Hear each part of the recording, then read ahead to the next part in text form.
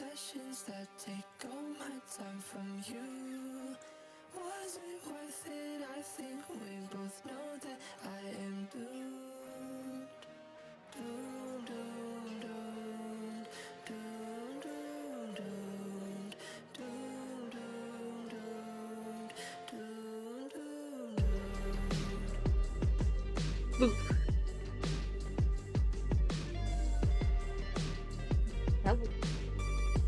Hello.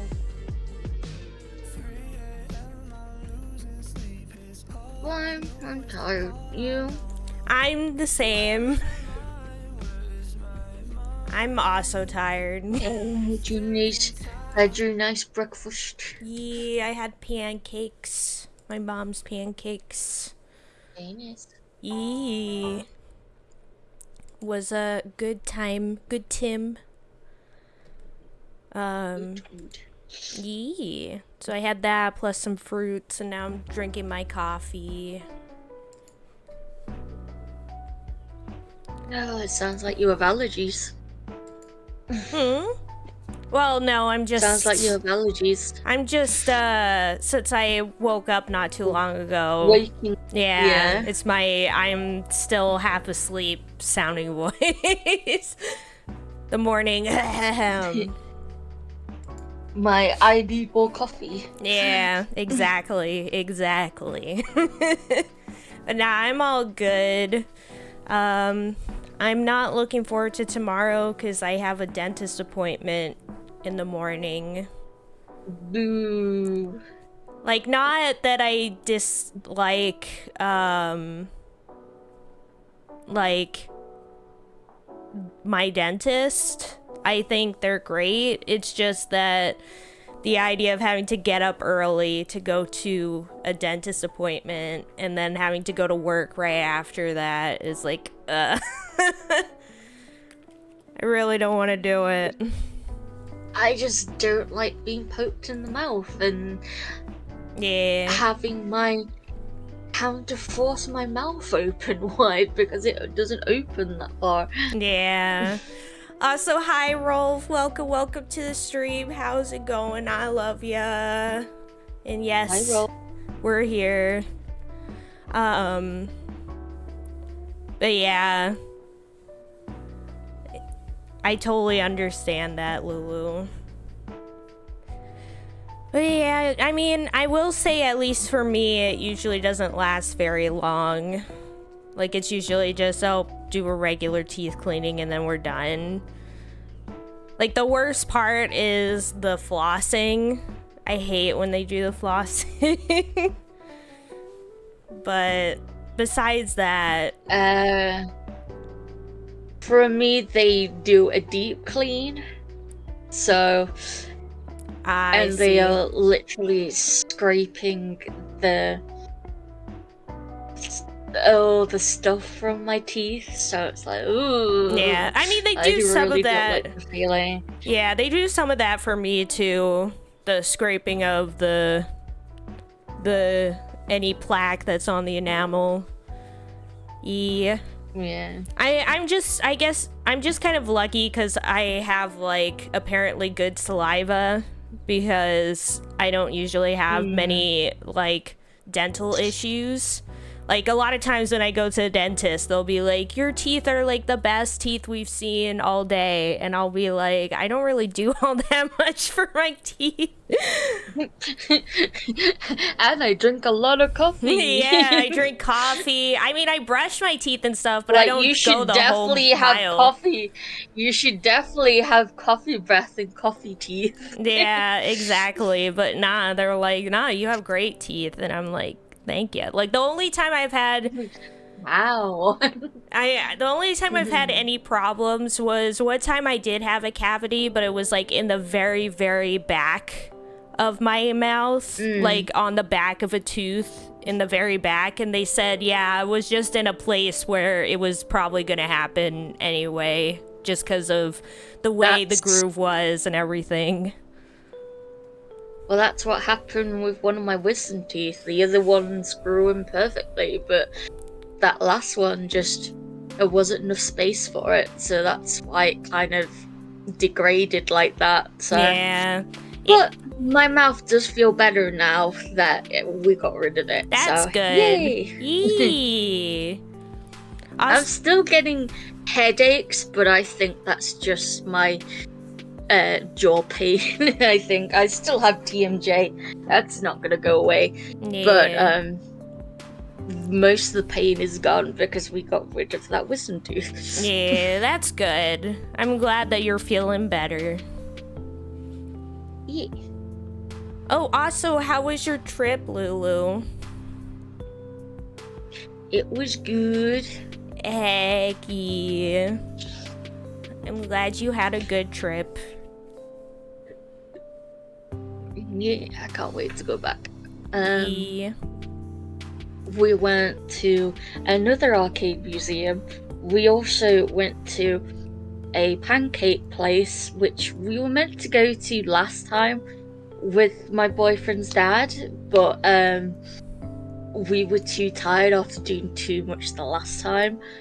But we managed to go this time, and I had this savory pancake, a pizza pancake, Ooh. which was salami, mozzarella,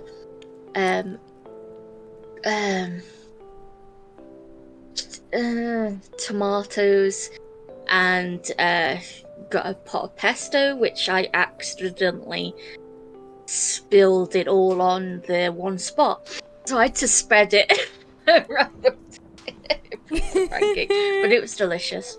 Yeah. And then had a brownie afterwards. That sounds delicious. And we weren't in Amsterdam, so it wasn't that kind of brownie. As far as you know. No, I definitely know. I would have felt happier. Oh no! Big hugs. And we mostly did food shopping and stuff, and hung out, and like Saturday at midnight, we tried to see if we could see the Aurora Borealis, Yeah. the Northern Light, at this time of day, at this time. Right here in the middle of our kitchen. But unfortunately, we were in a part of the Netherlands where you couldn't really see anything. Plus, there's a lot of light pollution. So, unfortunately, we couldn't see anything, but we had a nice walk. Yeah. And unfortunately, I got bitten by like 1,000,000 mosquitoes. Oh no! But it's my own fault because I wore ripped jeans so they could get in. So that was my own fault. Oof. Big hugs. And my family are apparently really tasty to mosquitoes and fleas, etc. So yeah, mosquitoes love biting me and my family as well. We have tasty blood. Yeah, and what's also bad is both my dad and I were allergic to mosquitoes. So, like, Oof. if we get bitten by a mosquito, it, like, swells up and everything.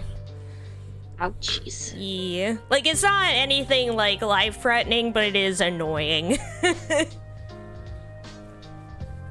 For me, it was just very, very itchy, and I had to make sure that I didn't rub too much.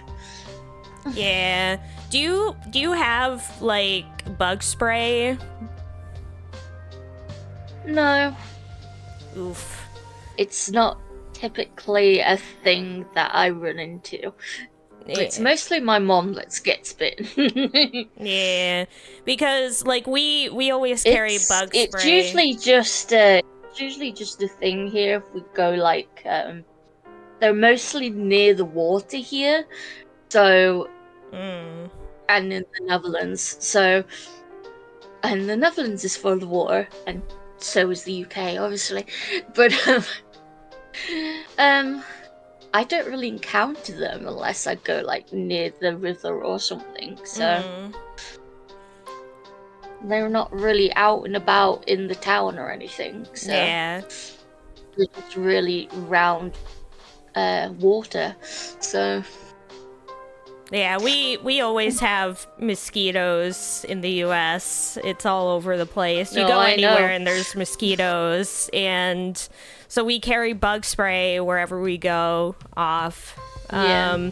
But another fun fact about bug spray is that, weirdly enough, if you've gotten bit by like a mosquito, if you spray it with the bug spray, it helps with the itching.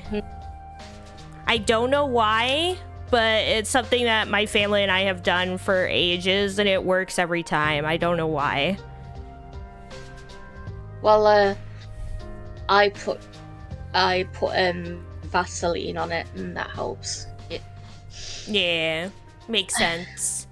Makes sense. If it does the same shit for my lips, it does the same for that. So Yeah. Yep. to use irritation. Yeah. So will Rolf be joining us, or? I'm not sure. I know Rolf says that he's been dealing with a lot of anxiety and stuff recently, so it'll probably I just feel be that. us. But he'll be in the chat hanging out at least. Rolf, he's always welcome. You're always Yeah. welcome, Rolf. Yeah. Okay. I just realized that my Steam has been showing up in the background of my stream this whole time. He says he's gonna lurk. So he'll be here in spirit. Like a secret ghost. Yeah. But yeah, as Lulu said, Rolf, you're always welcome.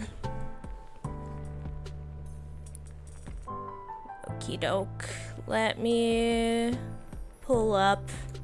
It's been so long since we last played this. It's been like weeks. It's been 3 weeks. You know how my memory is.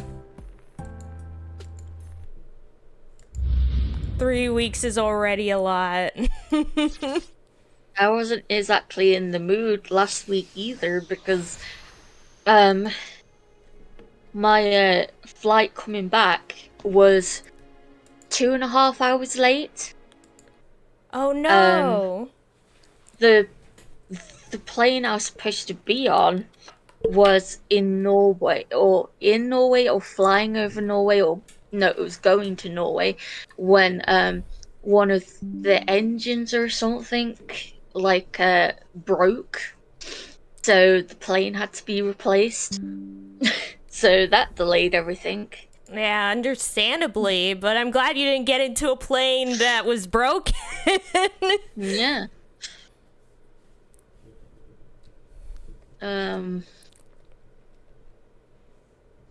But because it's time from when the plane was originally supposed to arrive, it means I don't get anything because it's 3 hours from when the plane is supposed to arrive. It doesn't matter how long I waited before that. And it was only 2 hours and 20 minutes before the plane game. I'm lucky it wasn't cancelled. Yeah. Understandable. Well, not really. Because I could have gotten a refund and rebooked the plane for next week, and I could have stayed a week longer, but whatever. Yeah. And then you would have been able to hang out even more. Yeah. I did feel bad though, because, well, it wasn't me. I wasn't driving the plane, obviously. But, like, I felt bad because my mom had work in the morning. She had to get up early, but my plane arrived at midnight when originally it was supposed to arrive at 10. Oof. Oof. Yeah. That's crazy. Well, at least you're back here now. Yeah. Or I guess I should say relative here. Because we're very far from each other. But here as in Yes. at home. As much as I'd rather be somewhere else. Yeah. Big hugs. I'm sure you'll get to go back soon. It will be Christmas, if not even sooner, because I don't know if I can wait that long. Yeah. Understandable.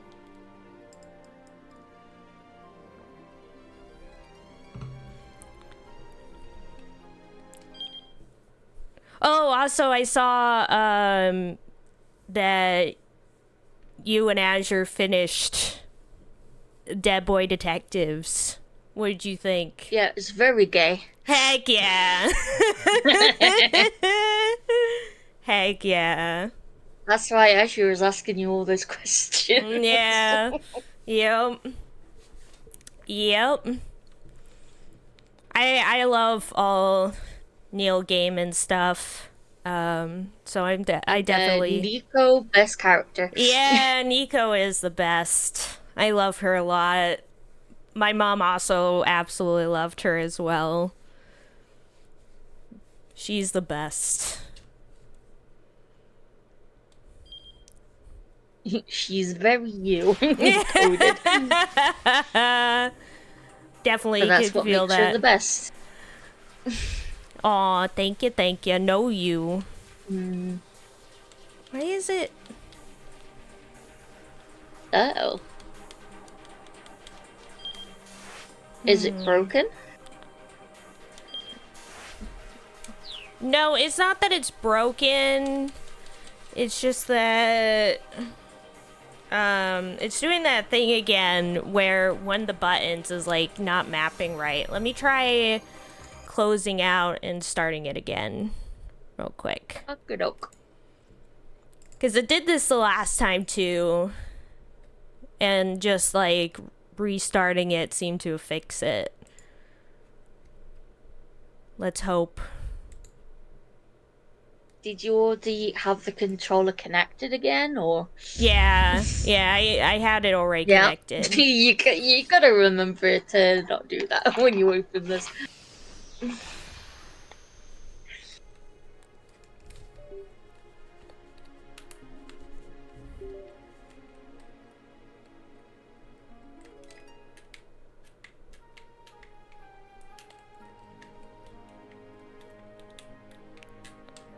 I think I messed it up even more this time. Now I can't even move anything.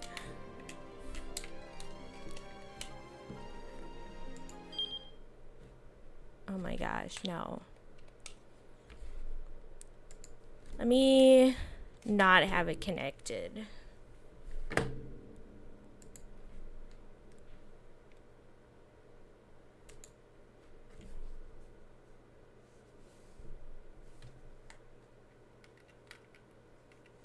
Remember when I wanted to start at Village? Yeah. Yeah. Fucking game. Yeah.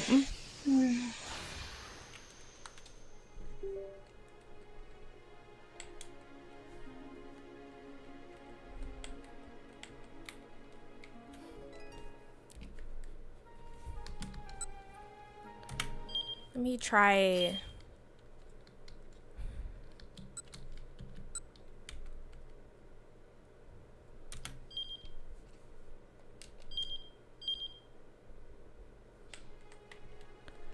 What the frick?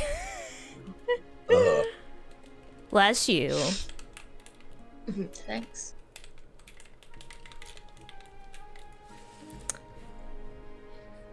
Supports your Xbox controller. This game should work great with your controller. You don't say. I'm hoping. Oh, it's Mew. Welcome to the stream. How's it going, Mew? I hope you're doing well. Hello.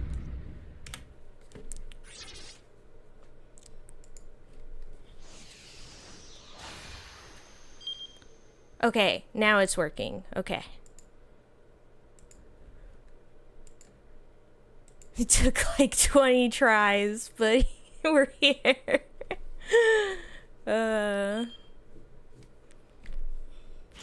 You could not see how hard my eyes roll.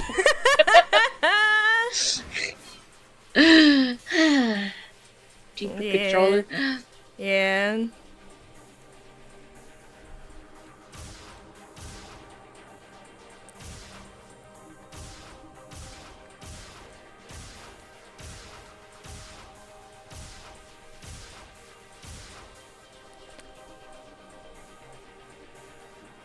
Okay.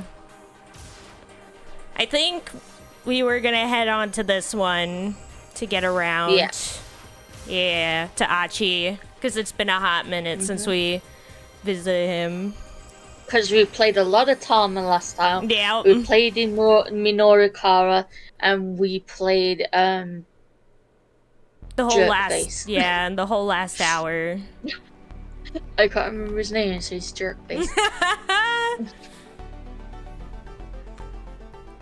I don't remember. I think I was the one reading the narration for Achi's scenes. Yeah. Achi and Hitomi scampered through the back roads along Center Guy, white sneakers and pumps slapping on the pavement. Achi kept his eyes peeled, continually checking ahead and behind as they darted through the gaps between the buildings. Finally, they stopped in a narrow alley. I think I was also voicing Achi. Yeah. There's no way he'll find us here, he said. No one knows about this place. He took another look around, then let out a sigh of relief. It seemed they'd managed to shake the gunman for now. Back when Achi was with SOS, he had come through Center Guy practically every day. The abbreviation for Studs of Shibuya, the name given to the group by Achi when he founded it. Originally just a bunch of like-minded young people hanging around together, it has since become known as a gang that picks fights around Shibuya. Unfortunately, happens a lot. Yeah. I mean, that's kind of the case with everything, where you start off like a company or group or whatever, and it starts off as this, you know, kind of personal, passionate project between you and like other people that are your friends or peers or whatever, and then it turns into EA. And then you get loud, outspoken people who change the outside look of it. Yeah. Like, that's how feminism started, really, because it was all about like getting women's rights and stuff, and then it started to become burning bras. Yeah. And it's even worse. Yeah. The gang had started out as little more than a group of local teens. They didn't do much in particular, just horsing around and killing time. What mattered was that they were having fun. But it wasn't long before it wasn't all fun and games. Achi couldn't help but notice the slobs who were making a mess of Shibuya, dirtying it all up. He wasn't about to let them get away with it. Most frequently, it was folks who tossed cigarette butts out on the street or plastered walls and graffiti. When they didn't respond to his more gentle warnings, he found slightly more forceful ways of getting his point across.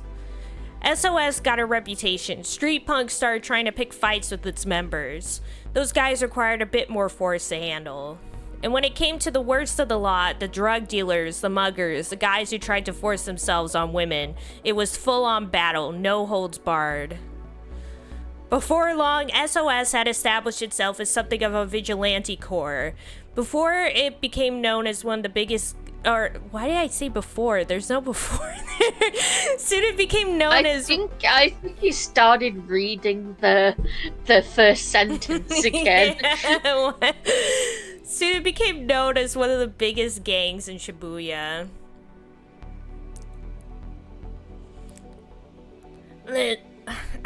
I'm trying to find that voice again that I used for him. It's just your adult. It's slightly deeper protagonist voice because you're using the protagonist voice for the other guy, Kano. So let's lay low here for a bit and see what happens, Achi said. There you go. There we go. That's the voice. The alley where they hid was like a dimly lit chasm, obscuring them from view. The only problem now was figuring out what to do next. They need to find that blue van again. I love alleyways like this where like you see that there's like windows and stuff, and it's like wow, what a great view of this other wall across from me. They need to. That's just a fact of getting apartments in like cities and stuff like that. It's just sometimes you end up with stuff like that because that building was originally there, but everything else was built around it. Yeah. So that's why that has windows still, even though it doesn't need it. Yeah, exactly. Oh yeah, Rolf pointed out the exact trajectory. Start company gets big, hire management to handle the company's increasing finances. Management slowly takes control. Management takes the company public. Obligation to shareholders causes the company's focus to drift from quality to growth. Doom. Yep.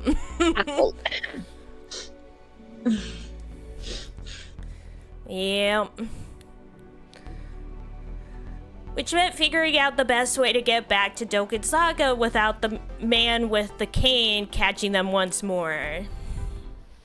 No, you struggled with that, didn't you? I don't know why I struggled with that. Achi? I think I can handle myself from here. She got to her feet and gave Achi a deep bow. Whoa! We've been over this already. You're not gonna be okay. That guy has a gun. If you let her go up against that assassin alone, he might as well be the one that pulled the trigger himself. She already got kidnapped in a bad ending, twice. In an alternate timeline. Thank you so much for everything you've done for me. Hitomi continued as if she hadn't heard him. Yeah. Sorry, I was drinking my coffee. I heard it. Yeah, Doom still involves making billions of dollars just at the low cost of your soul. And your sanity. Yeah, I mean, not necessarily, because, like, what ends up, like, yes, they make lots of money for a while, but eventually people, learn that it's not the same people anymore and that the content isn't as good anymore. And so they stop buying their stuff. And then all of a sudden their prices plummet because no one's buying their stuff anymore because it's all garbage. And then they lose tons of money. For Apple, because people are dumb. Yeah. Yep. Or yeah. Because they're sell the same thing without barely any innovations for $1,000 every single time, and people will buy it regardless. Yeah, it's stupid. And then talk down to people with Androids as if they are so superior. Yeah, it's stupid. But yeah, what was I gonna say? I don't remember. Everything they have on Apple right now, we had on Android for at least a decade. Yeah. So... Yeah. The struggle is real. But yeah, and there's also the fact that Apple deliberately sabotages their own products so that you have to buy new ones. I am not buying Apple products So just so I have to buy a headphone connector, I have to buy a load of other things just to use my phone. Yeah. It's dumb. But yeah. It's Shall we okay, continue? now I remember. Now I remember what I was going to say. So there Okay. was the thing that was revealed recently about how Square Enix has lost like billions of dollars recently. um from like everything, like their stocks have plummeted and all that stuff. And I remember hearing that from some of the rest of the gang in a call, and it's crazy to me because it always,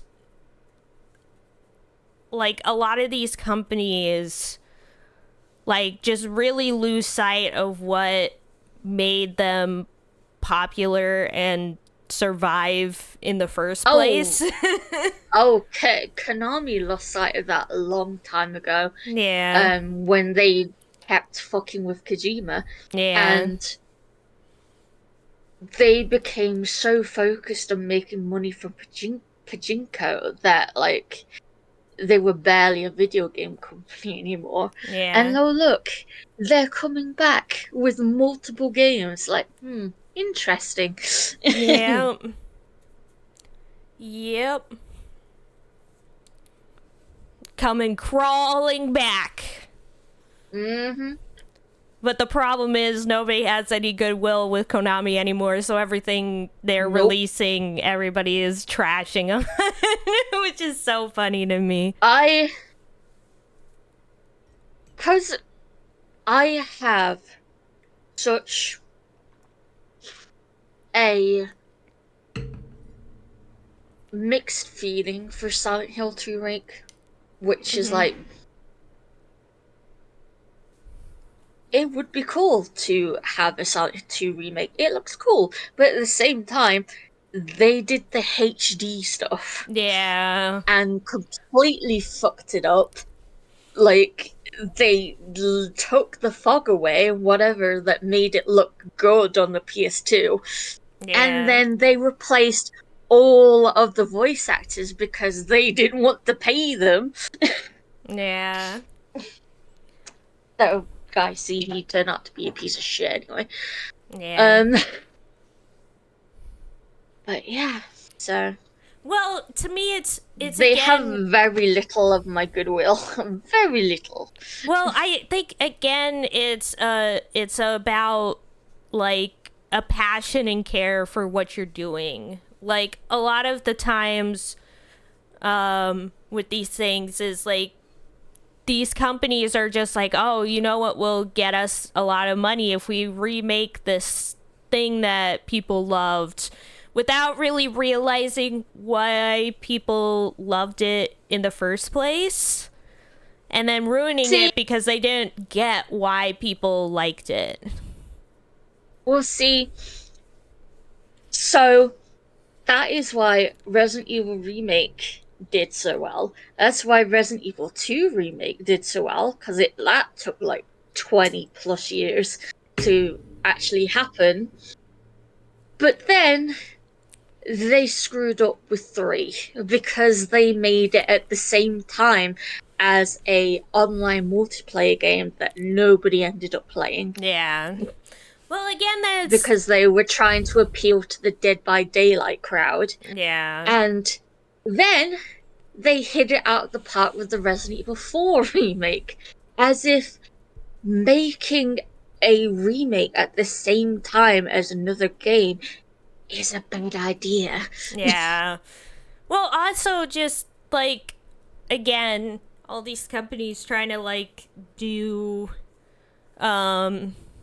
those like online multiplayer games and all that kind of stuff. It's like it's like maybe not every company or like group needs to be doing that.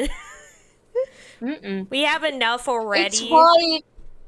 why things went so far down in 2008. It went so. It's the whole reason there was the crash of '83. You know, Yeah. like everybody was copying each other, making the same shit that nobody knew what to buy from who, and ended up not buying anything as a result, Yeah. which resulted in landfills of Atari games. Yep. And like, people really need to look into the past and just look at Yeah. this and be like, oh, we shouldn't be doing that. Yeah. And People are stupid. like, and that's what kind of annoys me about the whole console war sort of shit that's still going on. Um,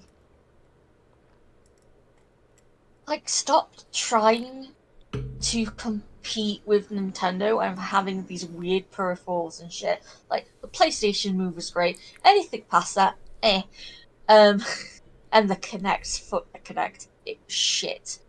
I had to move so much in order to do a little bit of something in the games, and I hated it. They they need to focus on what is their strength Well, rather than trying to be like, oh, we can do a version of this, but better.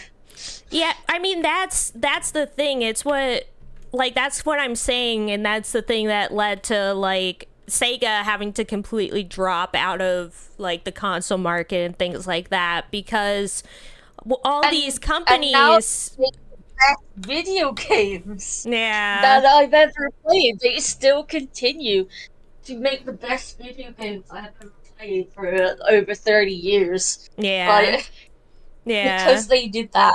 Yeah. But I mean like the whole reason Sega ended up having to leave the console market was because every time they would make a console, it was always let's try and like do what other people have already done, but like 1,000 times better instead of trying to But it innovate and make also made it something new. 1,000 times more expensive. Well, it wasn't just the expensive And it didn't factor. work very well. Well, some of them It just wasn't the right time for it. no, Um, like like they had like FMVs and shit on the Sega CD, and then on the Sega 32 and whatever else, and it's just, because at the time other consoles graphics was just seen as better, like the PlayStation, which I still don't see. It's very good. I've never liked that period of 3D. To be honest, it looks ugly to me. I think it's good for horror. I think it's a good aesthetic for horror. That's why a lot of indie horror games still use the aesthetic because I think it's good for that. It has kind of that uncanny valleyness to it. But what I mean is, like, if you look at, for example, the Sega Saturn or the Sega Dreamcast, like, they were better than the stuff that came before it, but they didn't, like, innovate on anything. It was always just like, let's take what is already there and just make it better instead of what can we do to change the industry. There was no like forward thinking, and that's what led to, because the consoles weren't bad. Like a lot of people still love the Dreamcast and everything, but the problem is when those consoles would come out, they would already be like something of the past because the other like competition would have already made something that was taking things into the future with stuff that hadn't been done before, and that lack of forward thinking is what led to like Sega leaving the console market. And that's the problem a lot of these AAA companies like face, is that they're constantly thinking about like, oh, what's popular right now? Let's do what's popular right now. Like, oh, there's like everyone loves PUBG, so let's all do battle royales and things like that. And it's like, by the time you release your games or whatever that you're coming out in response to that, that era has already left. You should be instead thinking, what is going to be the next big thing, rather than what is the big thing right now. And the problem is, none of these companies think that way, because all they care about is money and profits, instead of like creating like interesting products that people will be like intrigued to play and experience. There's no like passion or love for it. It's all just like money grubbing madness. Well, at the same time, I could see it from the other side of like, you're making this game, you have to pay your employees, etc. This game still does need to make money, so making a remake or like a sequel to a current series, it's a lot more savvy than creating a new franchise, and I can totally see where they're coming from with that, because at the very least, even if it doesn't make a massive profit, it will still make a profit because again, they have to pay the people that make it. And that is why art cannot thrive under capitalism. And but without capitalism, there wouldn't be art. Even centuries ago, paintings were mostly painted by people that had patrons, people that gave them money to support them to be able to create that art. So it's a continuous thing that has happened for humanity. So it's gonna happen regardless. Capitalism is the backbone of society, unfortunately. I just wish it wasn't, because I feel like we could probably have a better society than one based on money, but that's just me. But where are you going to get your video games? Where are you going to get your music, your coffee even? Where are you going to get that from without capitalism? Well, that's like suggesting that the only reason people do anything is for money. That people don't just create things or do things because they want to. When there's tons of people who create art just for free and they send it out into the world because they care more about like expressing themselves than anything else. And how are they living? Are they able to live comfortably? Well, that's because we live in a capitalist society. Like, you have to make money. Yeah, as Rolf said, if humanity really pulled its resources, we could already be living in a post-scarcity society. Like, it's not like it has to be this way. It doesn't, but people want it, like people up top want it to be this way because that makes things easier. Because, yeah, like several centuries ago, like people were doing certain things like patrons and whatnot, but years and years before that, people were making cave art and stuff just to express themselves, because people were making those things and doing those things not because they had to, but because they wanted to. And it's the same even now. Like, plenty of people create art and do things not because they get money out of it, but because they want to express themselves, which is the way it should be. Art should be created for expression and for the passion of it, regardless of what audiences think of that art.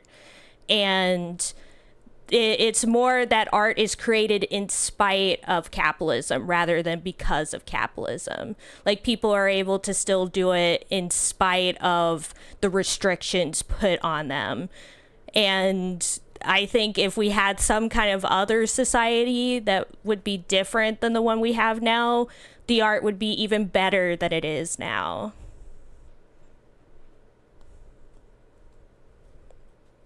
But yeah, as Rolf said, the problem remains that most people wouldn't want to do those tough but necessary jobs without, like, having a reason to do so.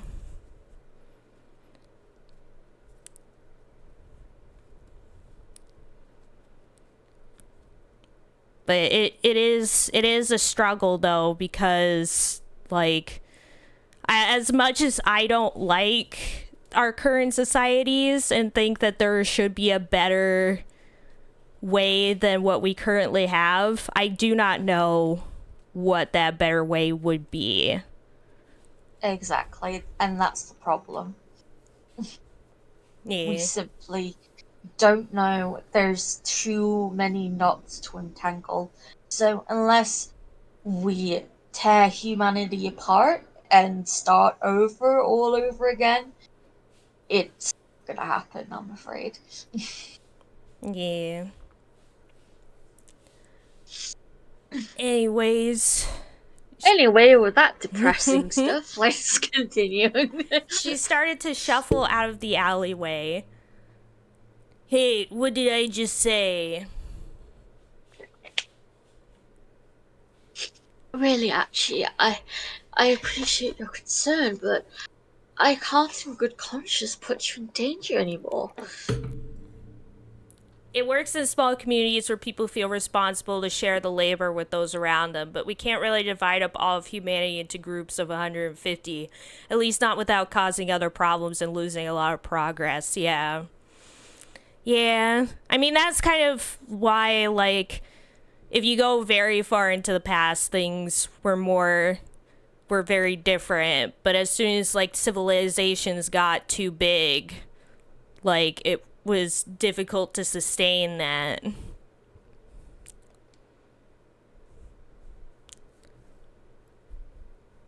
But I mean, yeah.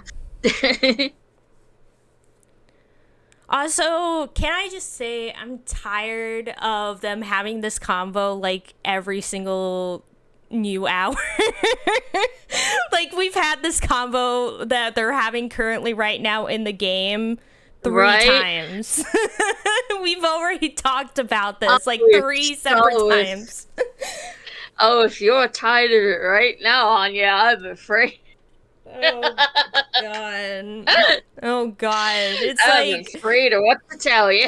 Oh my god, I'm just so annoyed. It's like, I feel like once makes sense, twice makes sense as well, but at this point, like, if I were her, I would just be like, okay, yeah, we're in this together now. We're doing this together.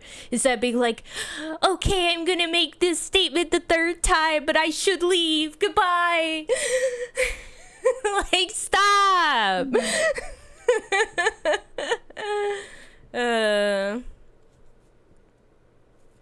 Yeah, true, Rolf. Very true. Aji tried to press the point, but Hitomi cut him off. There's no good reason for you to risk yourself to keep helping me. Her tone was resolute. I'm not backing off. It's so stupid. Like, yeah. Still, Achi was determined to help her anyway. He refused to back down. Did you know, Hitomi, that in one of the bad endings that we just narrowly missed in the last round, you were kidnapped and never seen again? So... Look, I want to help people who are in trouble. What's so wrong about that? Huh? He locked eyes with Hitomi, willing her to understand, even though he did not see any lights in her mind.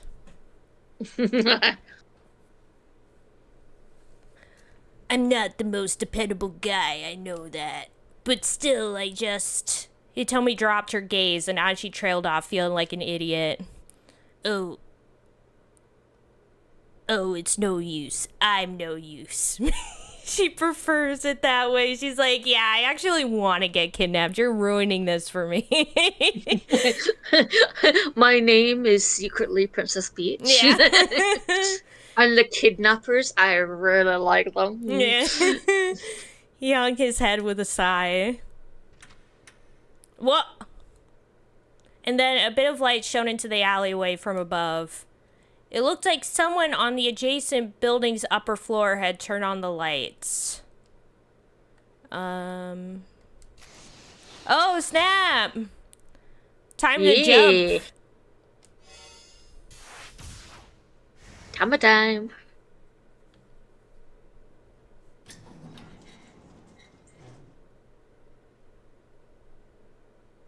Storeroom door opens with a rough grating sound. Okay, now where's the light switch? I fumble around the dark, feeling for the switch box. My costume paws mute the sensations in my hands enough that even finding that is difficult.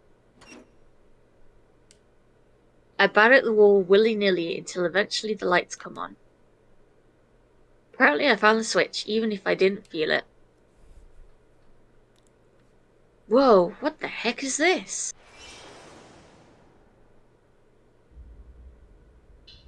The storeroom is practically overflowing with shoddy goods. A painting that looks like child scribblings that will sell for $10 million today. An oddly shaped hat bearing the words "Grow 2 inches, guaranteed." We're not going to tell you where from. Wait, is there... Which button...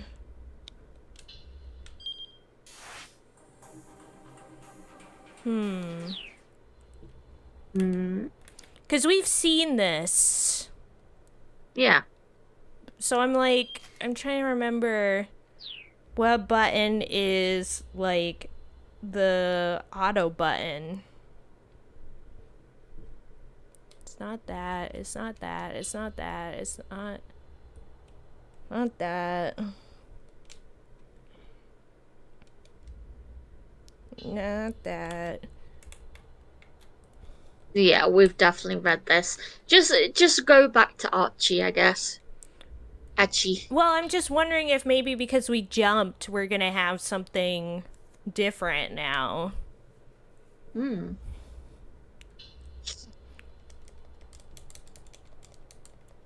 Just not sure. Like, actually, let's see. Blah, blah, blah, blah, blah. It's just...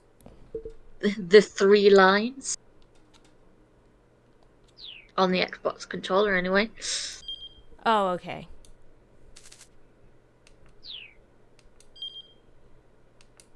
Oh, but that's just autoplay. I thought that's what you wanted. Oh, sorry. I was thinking of what's it called when like it's like skips through like all the text you've seen before. I don't know if this game even has that. It probably doesn't. I don't think so. Oof. If you hold the A button though, you can speed it up.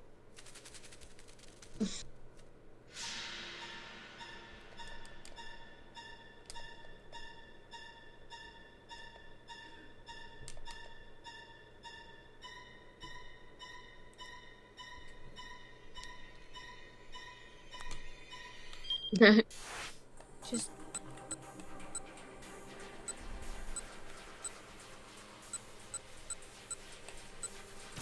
Yeah, I'm just gonna go back here. Yeah.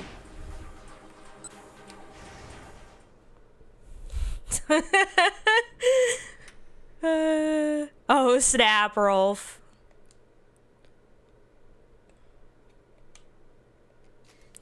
The Nokane building.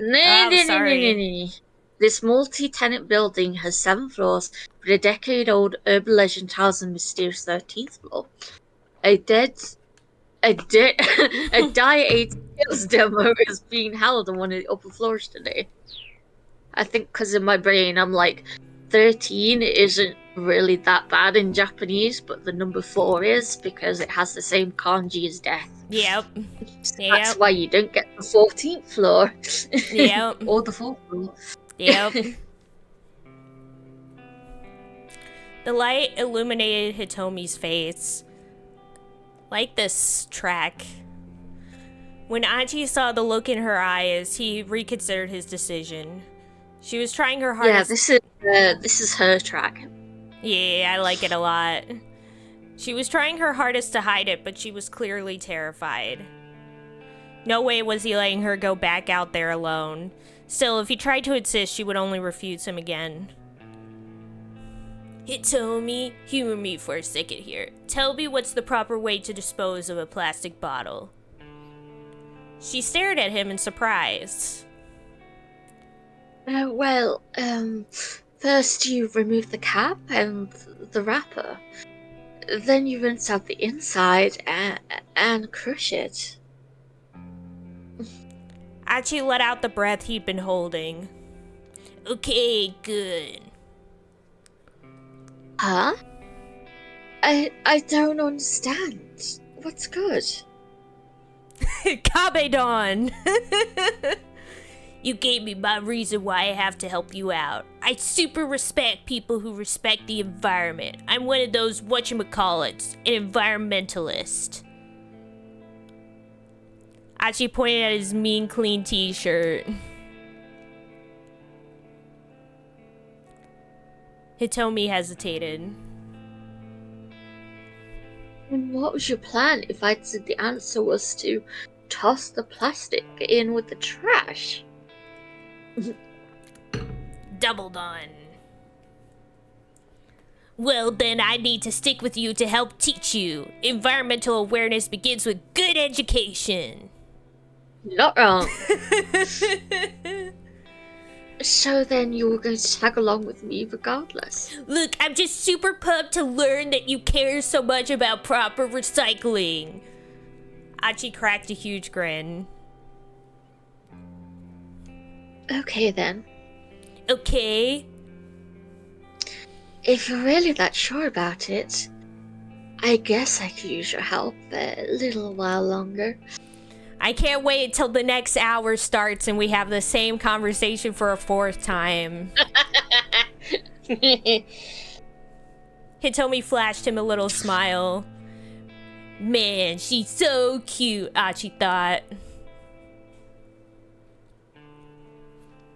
Thinking with his weenus.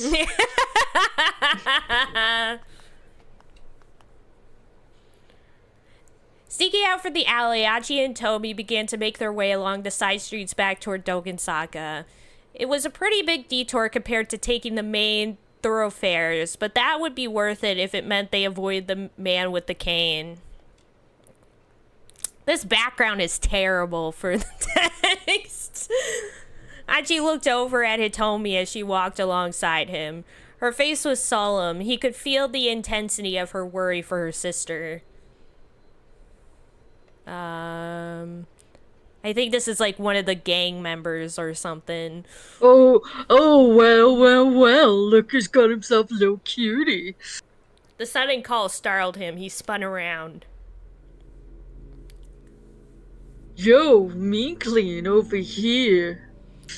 Achi spotted a young man up ahead, sneering at him. At his side were 2 others. Achi recognized the lot. SOS.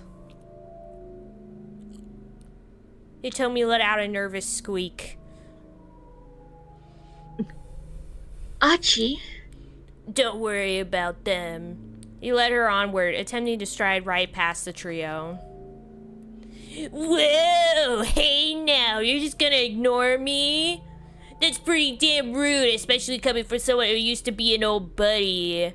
The 3 tops moved to bar Achi's path. Ooh, she is Oh, wait. she's hella fine. Come on, ain't you gonna introduce us?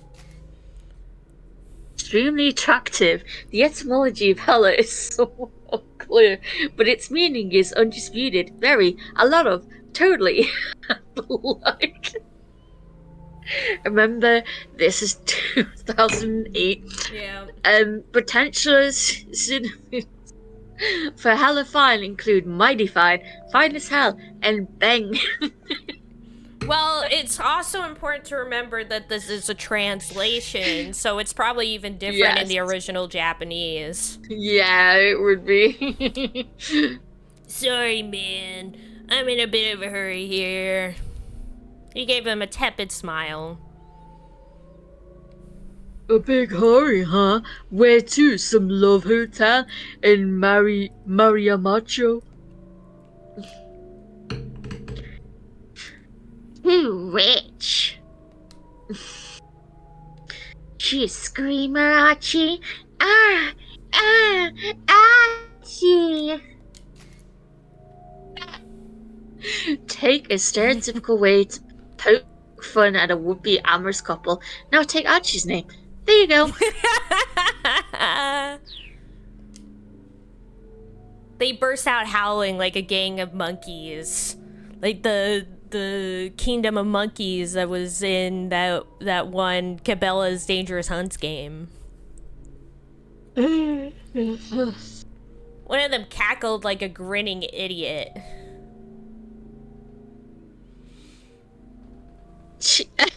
Archie. Oh my god.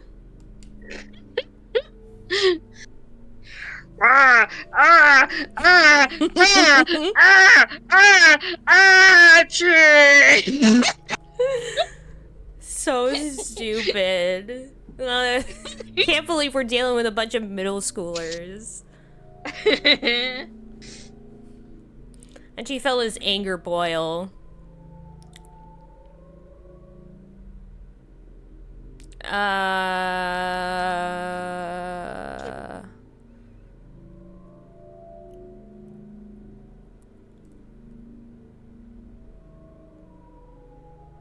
I don't know. I don't know. My first instinct is to beat them up, but... Anya. But at the same time, I'm worried that, like... Anya may look small and cute, but really, she's a fighter. I am. She put him up. She put him up. Exactly. My small stature means I'm closer to hell. Mm-hmm. Yeah, annihilate Very them. close. I'm doing it. These guys were in sore need of a major ass kicking. Achi stepped up to the ringleader. The tough dropped to the ground with a dull thud. Oh, sorry. That was terribly rude of me. Achi kept his tone light and jovial, but he eyed the others like a hawk eyeing its prey. Is he going to be alright? She looked at the man Achi had laid out with some concern. Ah, he'll be fine. If that's all it took to knock him out, he's got no right to act all badass. Yeah, for real. Mm-hmm. What a pussy. This is a different character. Achi, I don't believe I've had the pleasure. A taller man with an angry gleam in his eyes had appeared atop the steps nearby. He must have turned up during the commotion.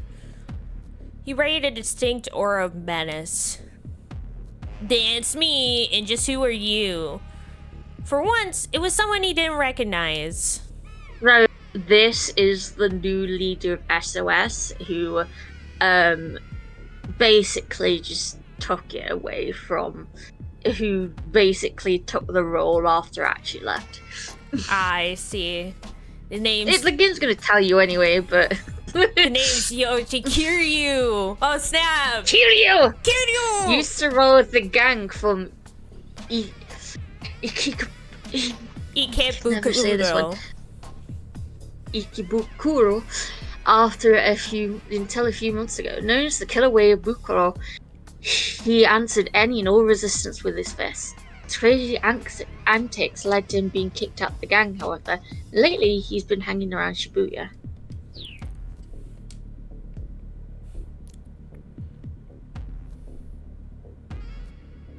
I think he's the new leader he wants to be, though, yeah. Let me think. The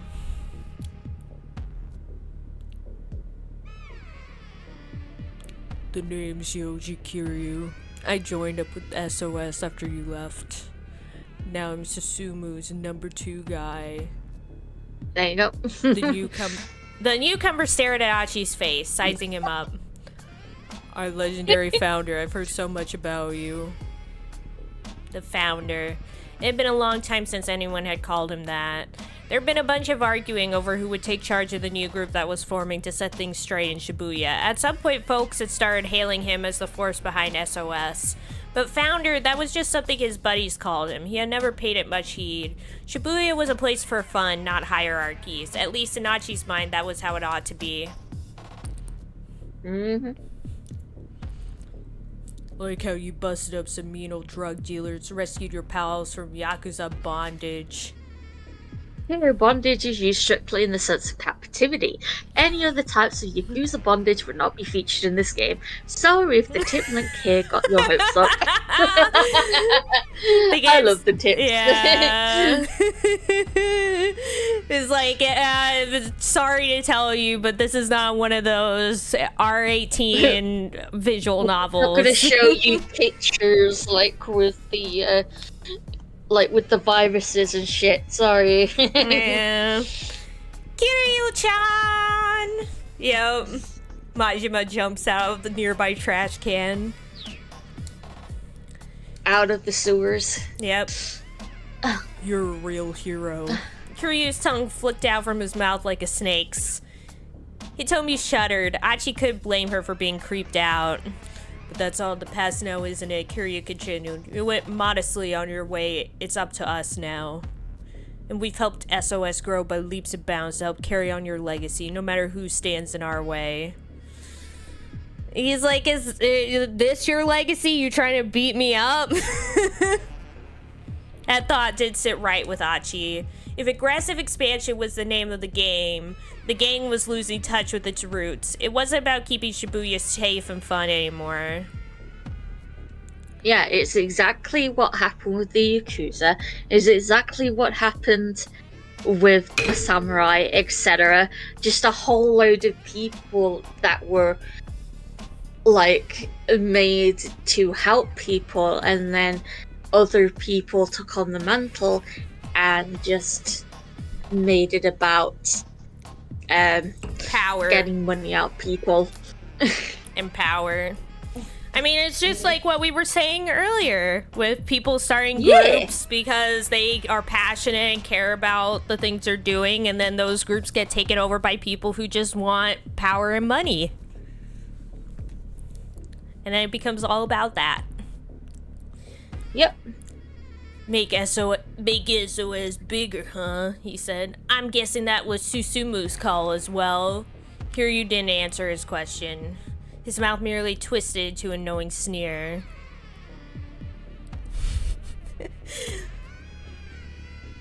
In any event, I think these boys here need a little lesson in manners. The guillotine ought to do the trick.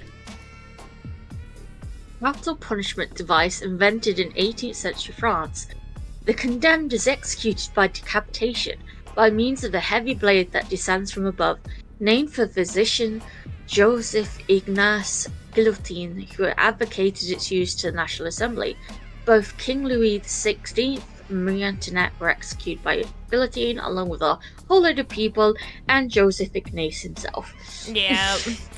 Like that, which I love. I love the part where most inventors, if they created something that's used for killing, are killed by it. Yeah. Like with the electric chair. Yeah, yep.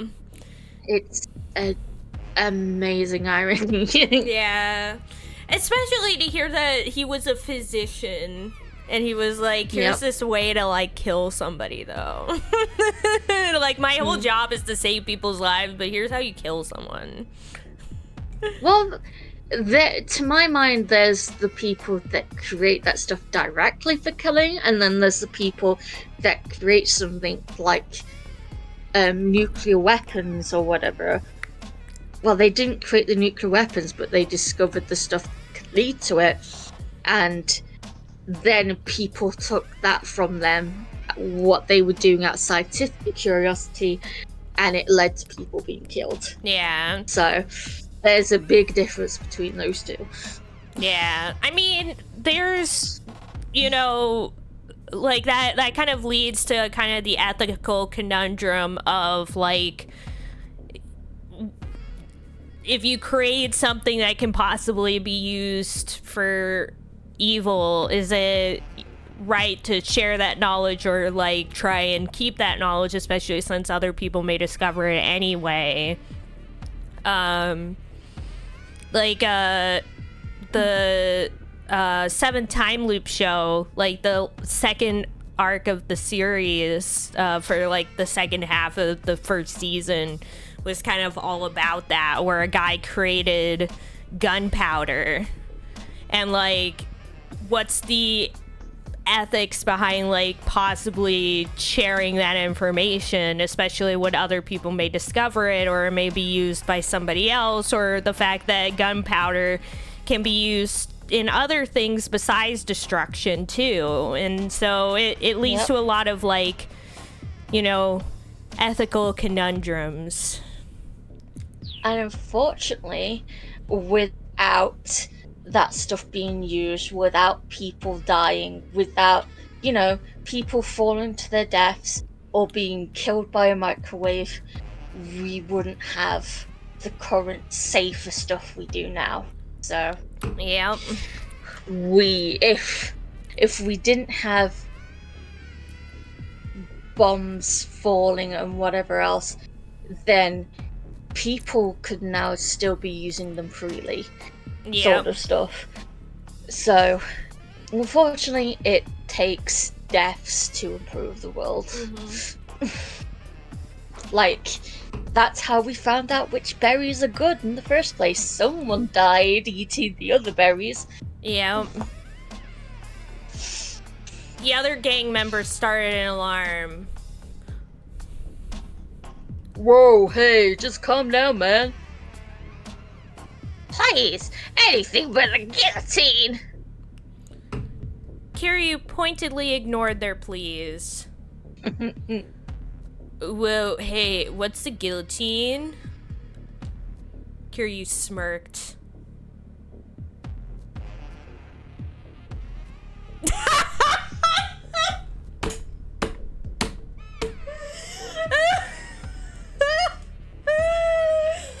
All these guys are stupid.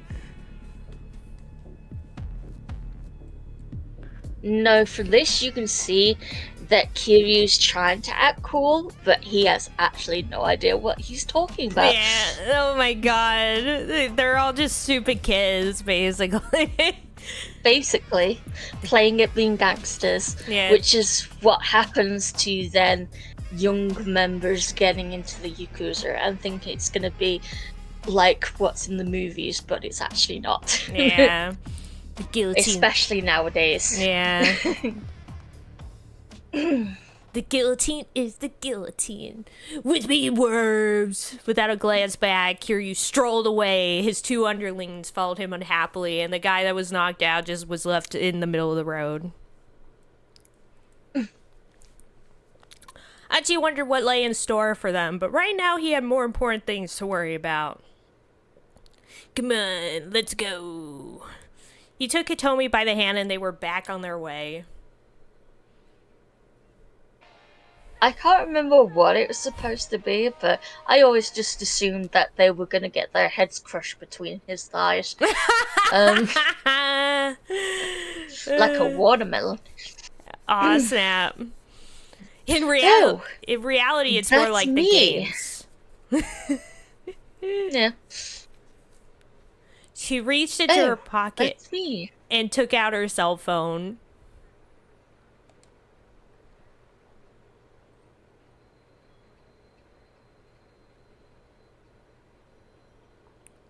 She stared at the screen with consternation. What is it?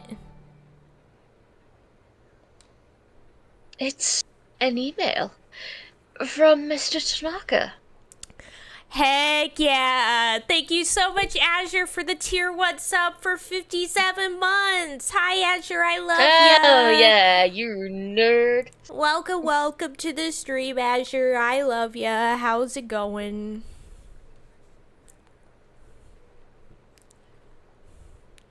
Who's Mr. Tanaka? He works with my father. I'm not sure what I should do. Achi remembered that the criminal had warned her against contacting her family or the police. She seemed reluctant to even open this message. I'm sure it's fine to just read an email, he said. Azure said, how's Shibuya scrambled with cheese? Going well. We are constantly taking breaks to have debates, so... It's true. As always, a pretty regular thing. Also, Azure says, I'm good finishing up work. I love you both the most. I love you more! You're the most!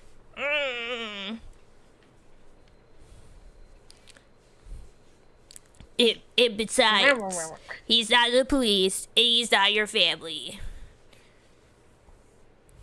Yeah, you're right. No, there's only 28% love between Azure and Lulu. There's only 7% love between Azure and Anya. No, Nightbot's a liar.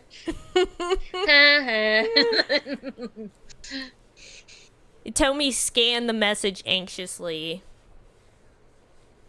It sounds like he's worried about me. Does he know about the kidnapping? Yes, I know my father trusts him. And he's always been so... She's like, he's basically like a father to me as well. More of a father than my own father.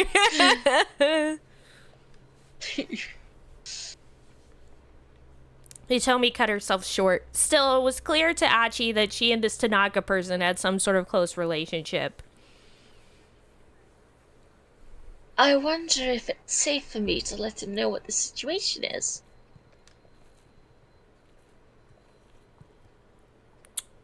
I think it should be. I mean, the kidnappers aren't good to know you sent an email, right? Hitomi began typing out a response. Achi watched over her. What? He's looking so intense. Like, yeah. It's so funny. Achi watched over her, wild speculations running through his mind. There was no way a mild-mannered young lady like her could be dating one of her father's co-workers, was there? Oh, snap, another jump. Achi is getting all the jumps. Yeah. Oh, we finally got rid of a keep out. Let's go. Yeah. Oh, I see. That's what he was gonna show him. Was the message from her. Okay. Yep.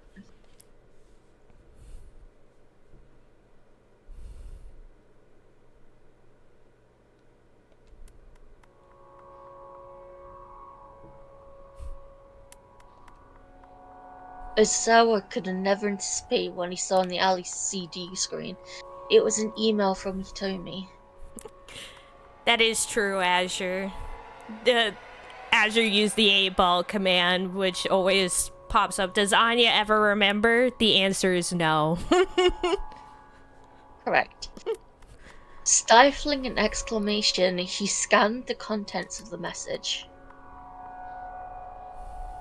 There's a man following me. He has a gun, and I think he's trying to kill me. I'm safe for the moment, so try not to worry. Try not to worry. I just told you that there's a guy following me, and he has a gun, and he's trying to kill me, but don't worry about it. Yeah, don't worry about it. The kidnapper warned me, told me not to contact my family or the police. Please keep this email a secret. So I'm going to immediately show your father. Yeah. But didn't he tell me give the kidnapper the ransom? Let's zoom in.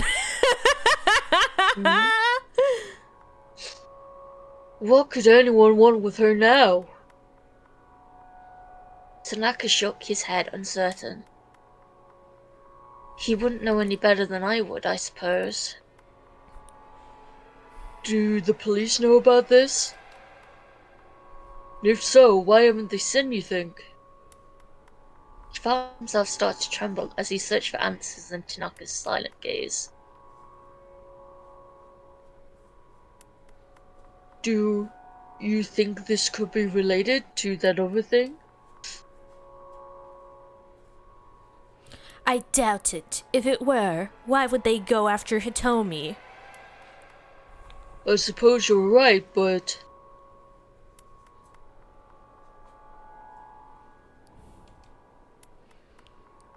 Osawa is shaking out right now. Oh, Rolf's playing more Baldur's Gate 3 AO. Of course. Tanaka laid a hand on his shoulder. First, just calm down and let's think about what we know about the kidnapper. His composure helped Osawa keep himself under control. This is a weird shot. Yep. Yeah, they're looking up at them from the toilet. Yeah, like we're literally inside the toilet bowl under the water. Yep. This is like the weirdest shot I've ever seen. We're being waterboarded. Yeah.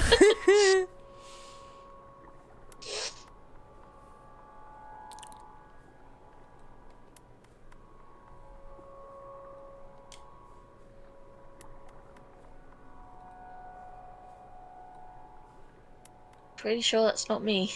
I thought vice director was him. But maybe I'm wrong. They've taken Maria, along with a ransom of 50 million yen, and now they're after Hitomi. His gaze sharpened. Sir, do you think this could be someone who holds a personal grudge against you? A grudge? Azal considered. He couldn't think of anyone who would have reason to attack him. He'd been too caught up in virus research since his time in school to have formed any hostile rivalries. He didn't have any enemies that he knew of. But how about all the people that died because of your virus, dude? Yeah, like this guy is so, like... He's like, I can't think of why anybody would ever dislike me. I'm just such a lovable guy.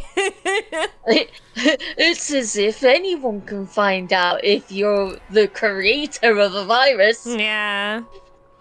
Maybe someone's jealous I became head of a laboratory. See? You're literally the head of a lab. Like, people can find you. Yeah. What a dumb person. He had held this position for years at this point. Why would that spur someone into kidnapping his daughter now? He literally just earlier today saw an email that, like, his work ended up leading to tons of people dying, and he's like, why would anybody want to kill me? Right? What the heck? Like, I get there would be some sort of disconnect there because he did create it, but he didn't spread it.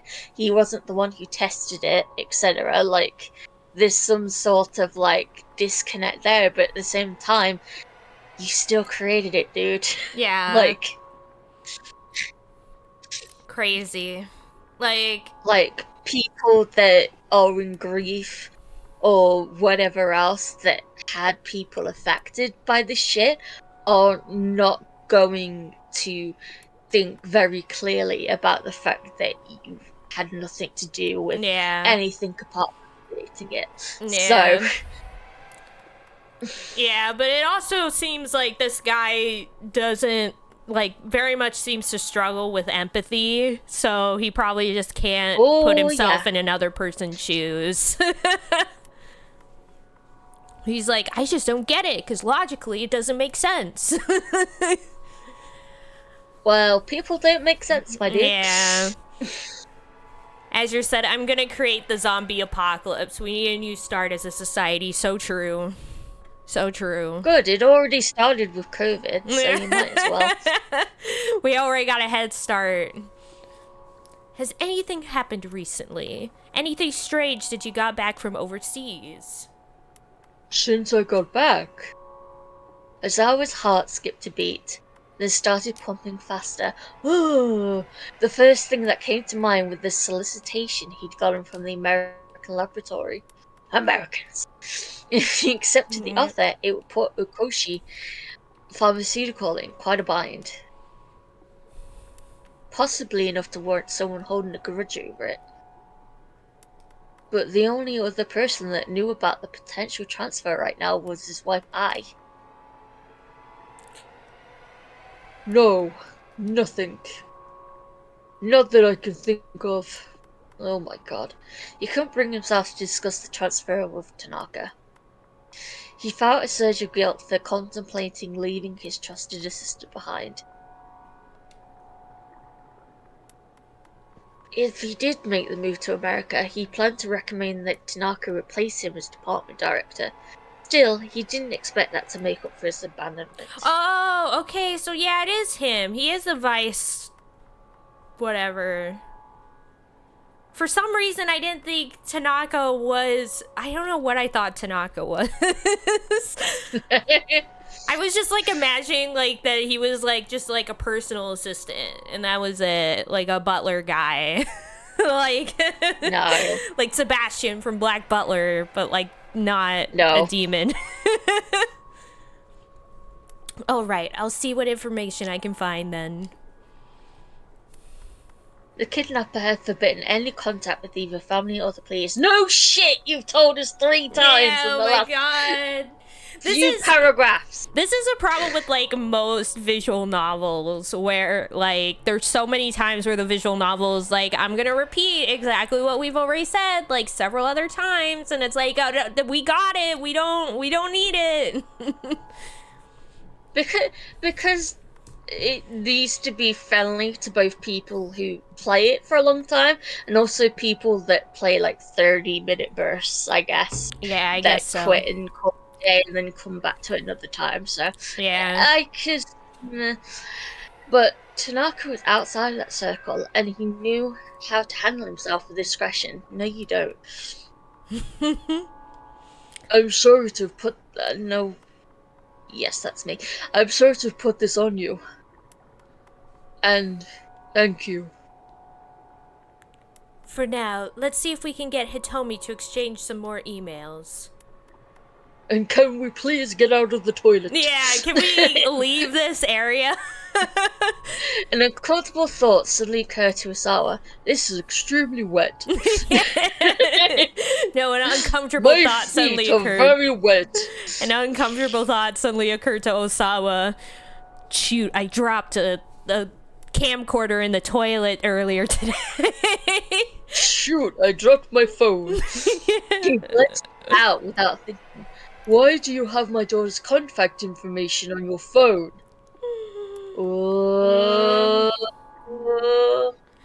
Because I was trying to get it to your pants, sir.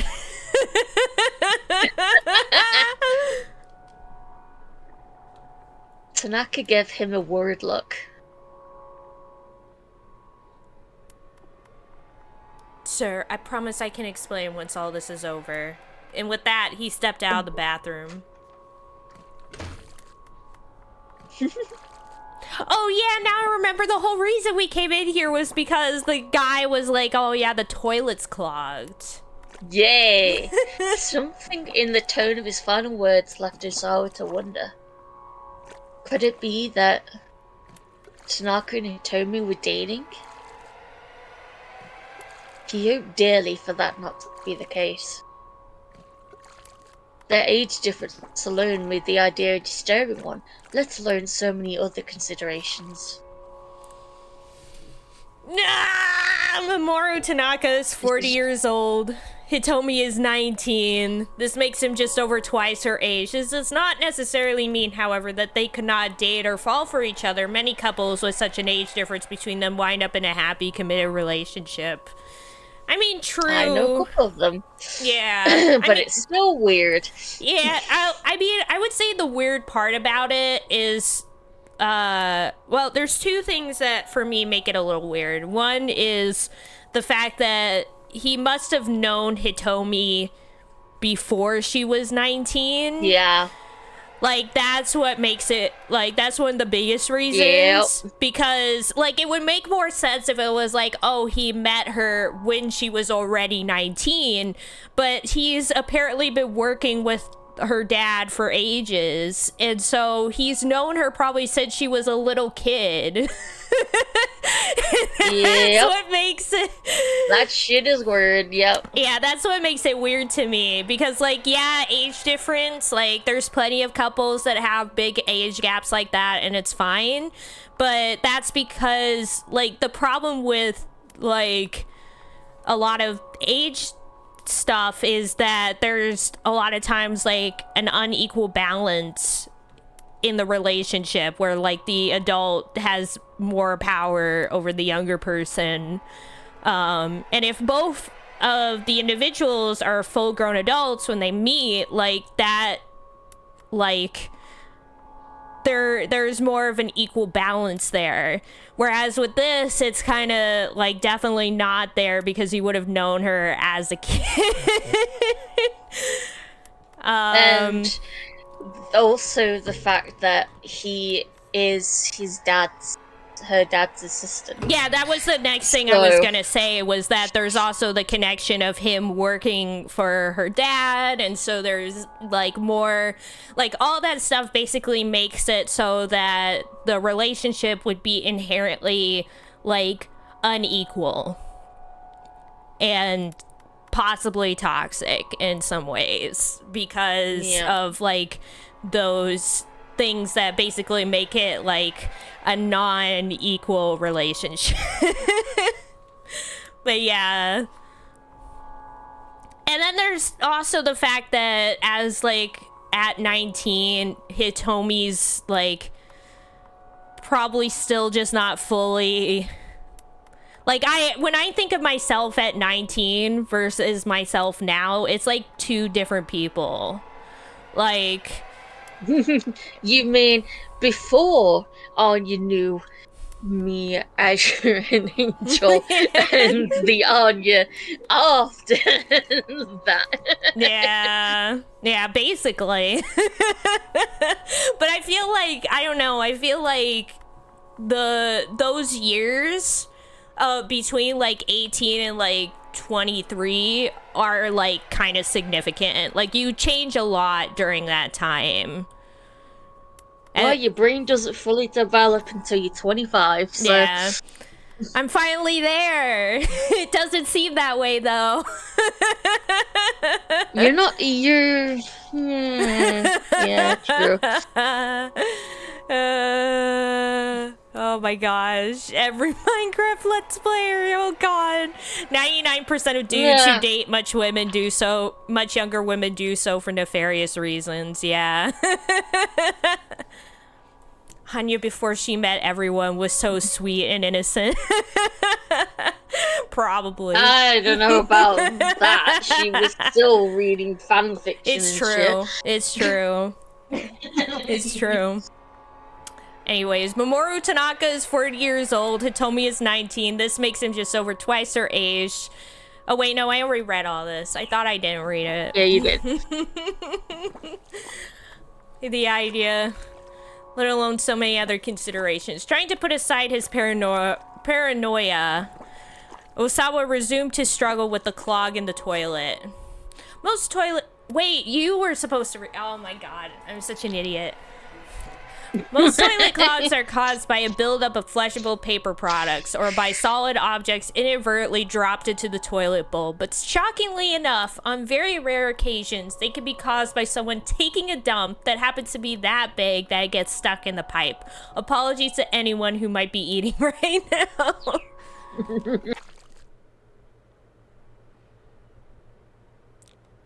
This is creepy It's- detective dude. I don't remember. Was I the one voice acting? Yes. I don't remember what voice I gave him. You give him a low, like, childish voice. Oh, goodness. Kajiwara repeated, still holding the bucket. You seem to be having a lot of trouble there, sir. He made it sound like the whole mess was Osawa's fault. Oh, wait, no, it was more like, oh, goodness. You seem to be having a lot of trouble there, sir. Right? Yeah, sort of. Of course I am. Teenage Anya scrolling AO3 like, what's felching? Yep. I legit did not know what felching was until recently because it became like a meme for a period of time with the Viennite gang.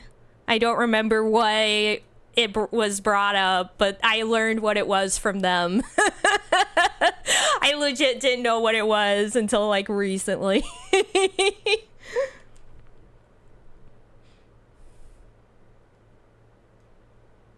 Of course I am. I've never had to do this before. Really? I think the research you do would be a lot more difficult than this. Using toilets gives me far more trouble, I'd say. So it would seem.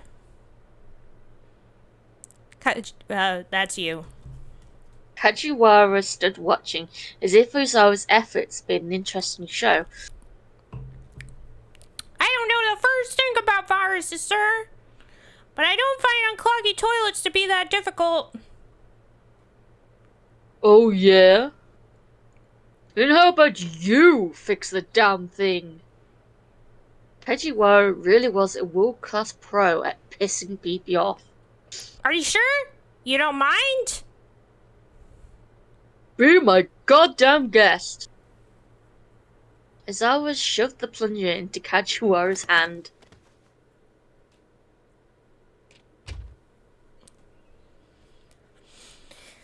Leaving the detective to handle the toilet, Osawa marched back to his study.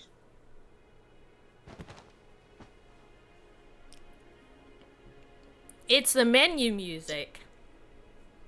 He turned on the CD player and lay back on the sofa, squeezing his eyes shut.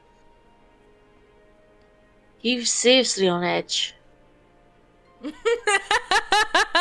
Azure said, if I was using the bathroom and I looked up and this dude was there, it would be the quickest I ever used the bathroom.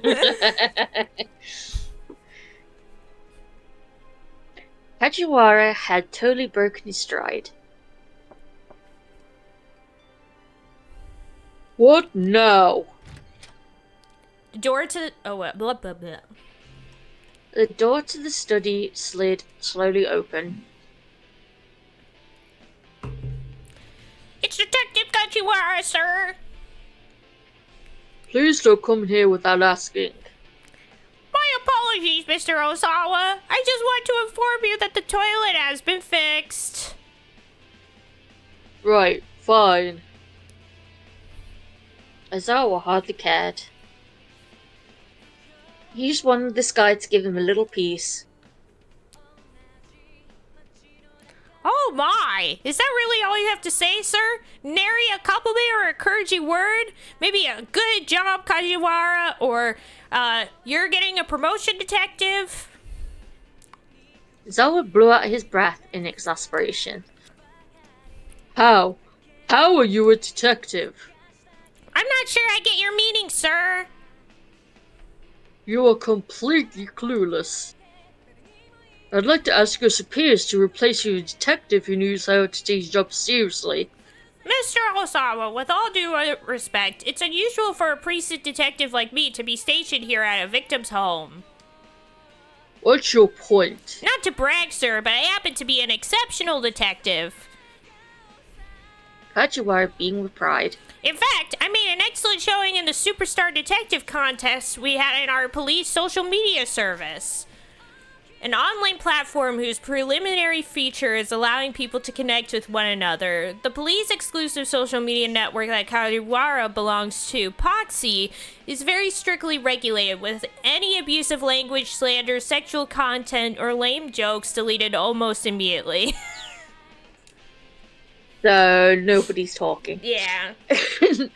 For a moment, Ozawa thought the bolt of incredulous anger that shot through him was the onset of a stroke. How could a single person be so utterly infuriating? Yes, Anya, how can that be a thing? I'm sorry. No, you're awesome. No, you. You can't tell anyone about this. But this summer... Kajiwara went on obliviously. But this summer, a new detective manga is starting up based on me. Planned for sterilization in the NPD's monthly PR magazine, the chapter titles have already been decided. Chapter 1, The Fabled Detective Kaji. Chapter 2, Kaji Howls at the Sun. Chapter 3, Kaji Rides the Rails. Chapter 4, Kaji at Daybreak. Chapter 5, Detective Kajak. Chapter 6, Kaji Queen of the Street. Chapter 7, Lookout Kaji. Chapter 8, Kaji on the Edge. Chapter 9, Dance Kaji Dance. Chapter 10, Space Detective Kaji. And so forth and so on.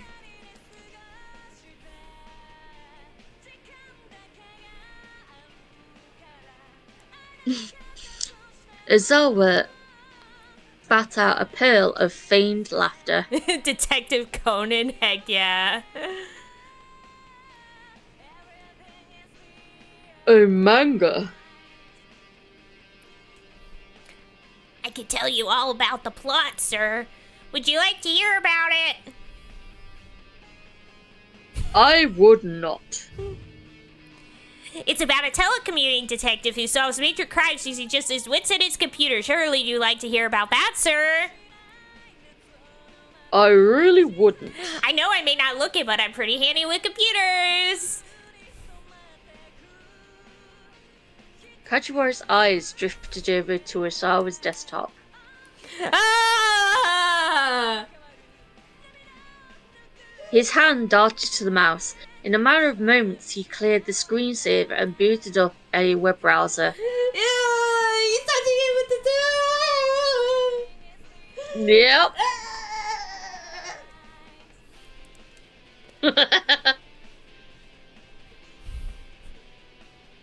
Hey! Ozawa barked. Don't touch that! Or me, for that matter. But he was too late to stop the detective. No, Anya's grossed out that he's touching him with the fucking gross gloves he just had in the toilet. Yeah, with the toilet water all over them. Disgusting.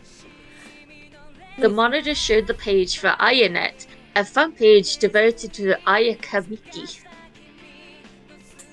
Ozawa's imminent rage stroke was beginning to make his vision grow fuzzy.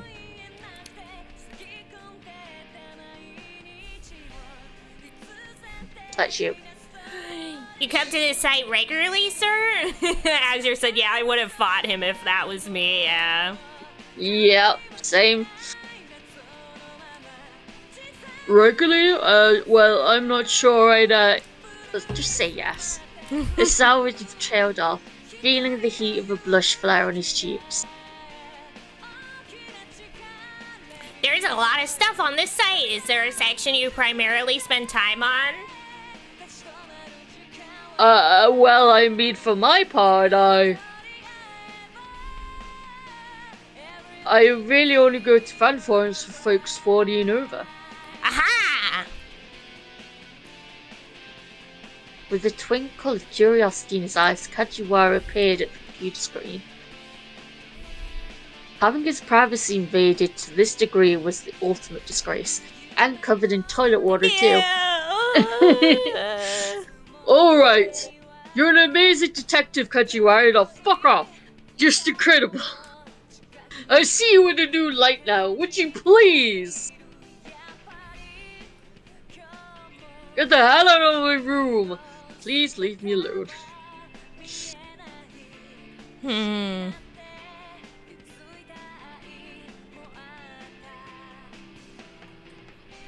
He's got Chihuahua Detective Gumshoes. Yeah, he is. Definitely Detective Dick Cumshoe. Yeah. Bless you. Thank you. No, would you please leave me alone? He got up to leave the study.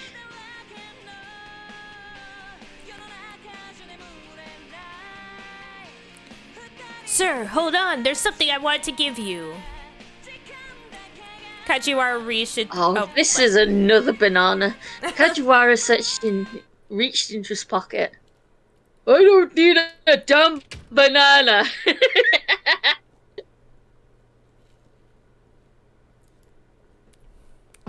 Ozawa fled the room. He needed to be alone, if only for a few seconds.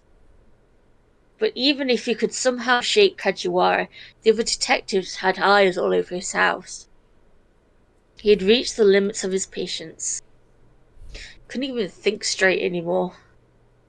He headed for the back door, trying to avoid the police. Opening the door quietly, he slipped across the yard and out the back fence.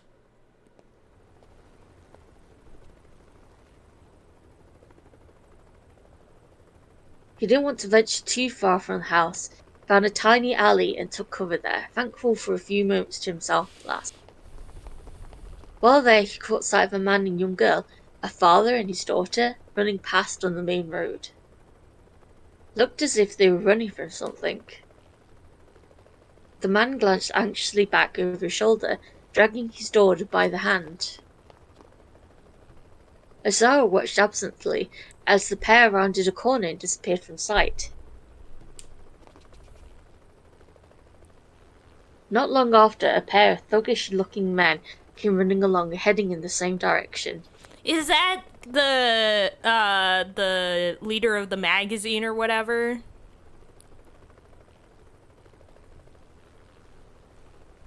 No. No?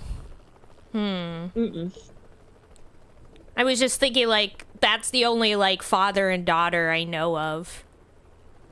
Remember Kano's fiance?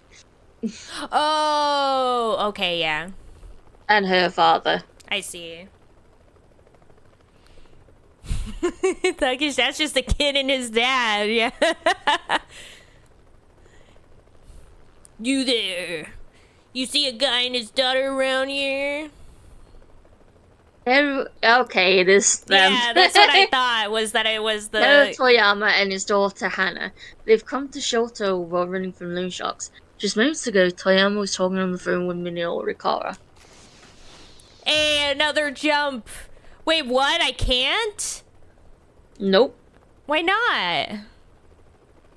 Oh, because I probably haven't gone far enough to unlock it. Yeah, that's in the future. And we haven't done that hour yet. You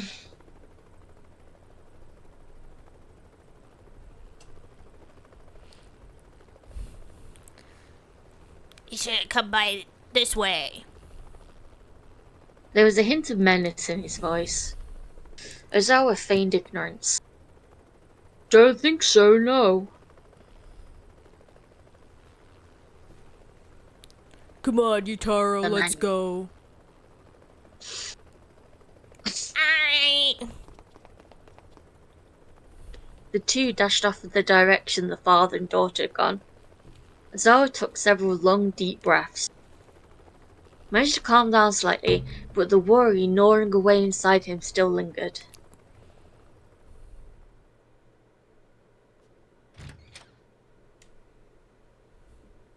Ozawa groaned inwardly when he got back to his study.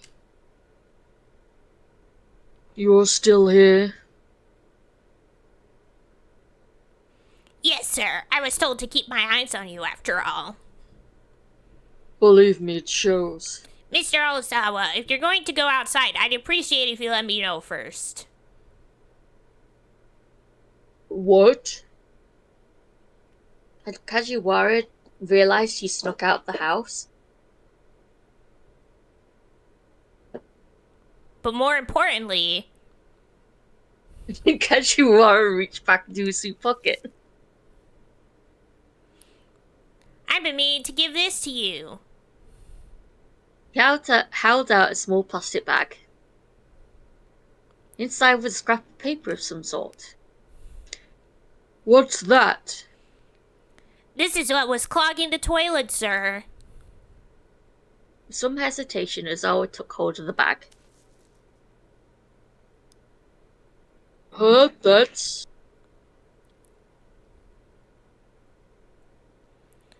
The passenger name here is listed as Kanji Osawa. In the plastic bag was a plane ticket. Specifically, the one for his upcoming flight to the US the following week. I wonder who could have flushed it. Yeah. He'd left it out on his desk.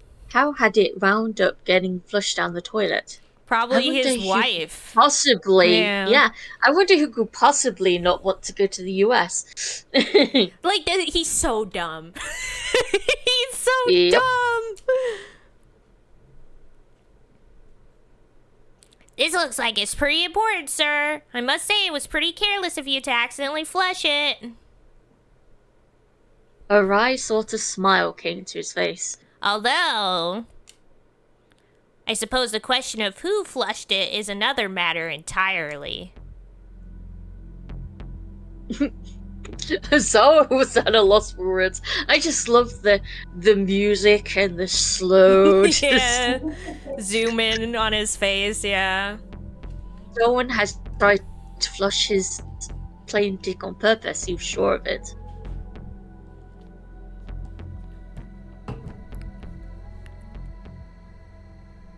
The fact that the ticket is still okay, though, is kind of amazing. Right. She knocked on the door to Ai's room, but there was no response. It didn't look like she'd gone back home yet. Ozawa let himself in.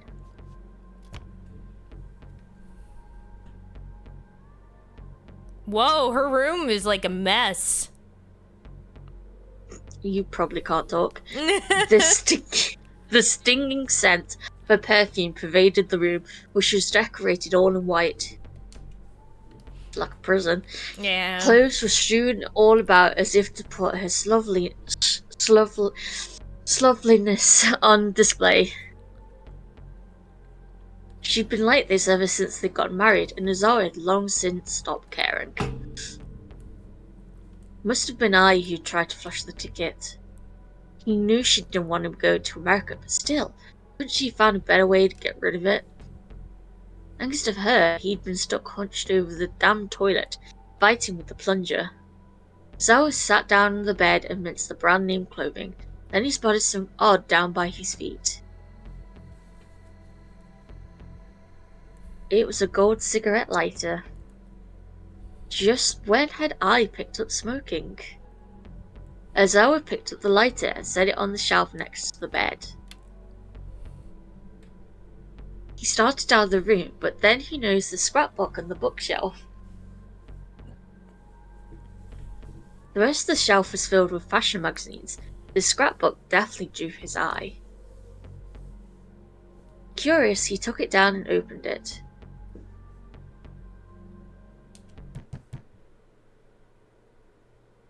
And Kajiwara came barging into the room. Mr. Osawa, it's your wife. She's gone completely hysterical. She's what? Please follow me. Kajiwara led Osawa to the cafe where I had gone. Oh, this is where she had like that whole battle with Minorikawa. Yep. The instant he opened the door, Ozawa's ears were assaulted by a veritable whirlwind of verbal fury. What the hell are you doing? Hurry up and arrest this man! The grating, histrionic voice was none other than I. Ma'am, please. Begged the officer she was verbally assaulting.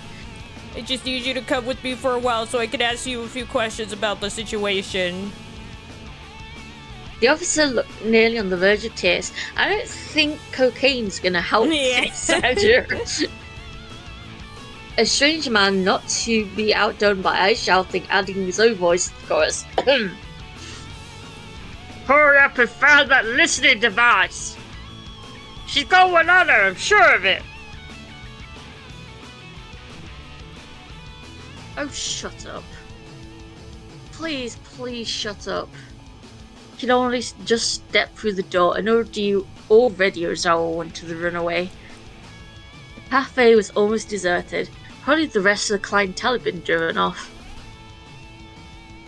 What few customers remained were rooted to their seats, apparently afraid of getting caught up in the mayhem themselves. How dare you call yourself a police officer? This is dereliction of duty is what it is. Ma'am, please. The officer was in tears now. To think that good taxpayer money pays your salary. I can't believe I is a Karen. Aye, aye, aye. Ma'am, please. This is a Wendy's. Recording conversation without consent is a pretty serious crime, the other man railed. No. Oh, bleh. No cracking down on that, that's dereliction of duty. Sir, please. I feel so bad for the officer. We don't sell cheeseburgers at Starbucks. I'm not sure who this is. That's Okay. still Minoru. You know what? I'll find the bug myself. Sir, please. The policeman exclaimed again as the man advanced towards I, holding out some sort of electronic device. I recoiled. Stop that at once! Don't you dare touch my belongings! Oh, so you do have something to hide! Fuck's sake, Norika.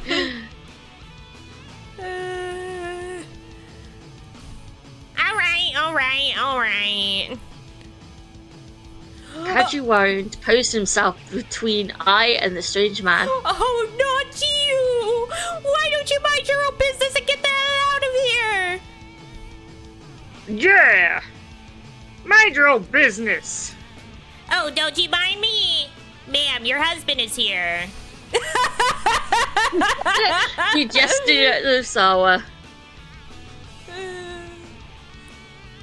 Heck yeah, sure, heck yeah.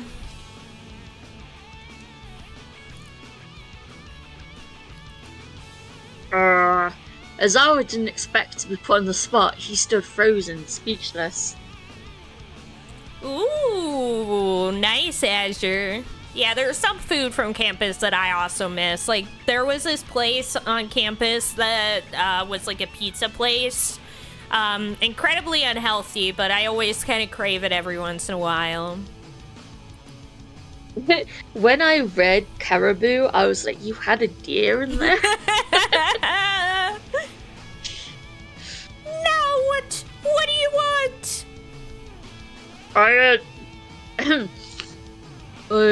Nothing in particular, I just... As I began to back away in reflex, but I closed in on him. That's how it always is with you. You never care one whit what I do you? And you know what? That's fine, but it wouldn't kill you to show a little concern when I'm under attack like this. You're her husband? The strange man demanded. Look, someone's planning a bug on your wife. Could she be caught up in something big? Tell me. Why? Why are you all coming at me now? Sir, please. The officer too turned to Osawa. Poor Osawa. We just want to hear your wife's side of the story. Now I'm afraid I'll have to ask all of you to accompany me back to the station. Osawa felt like he's standing in the eye of a hurricane that was whirling faster and faster. As Azure said, yeah, magical deer gave out some magical muffins. Yeah! Are you even listening? Hey, you hear this alright, man? Everybody, please. Osawa suddenly stood, paralyzed, and stared as the storm of fury raged on and on. But no matter how hard he wished for some escape, the storm showed no sign of passing him by. I want to go home. I never should have come here. Why? Why did any of this have to happen? Yeah, bad end.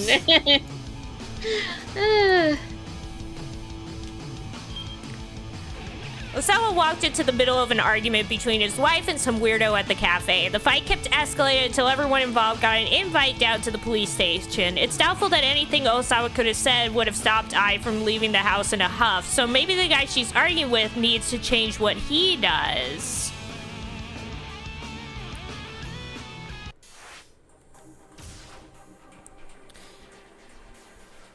But yeah, I'm guessing I need to make a different choice here so that then I can jump from here to there after that. So I'm gonna do that now. I'm gonna change what I do here.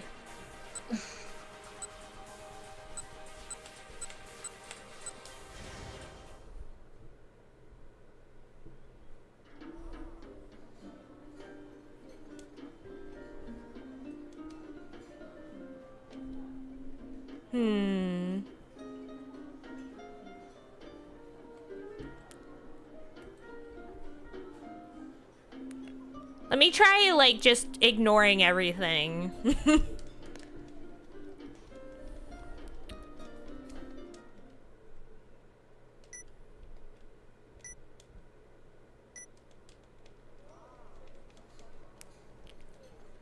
Because I think there's another choice where, like, you can choose to, like, pay attention or not.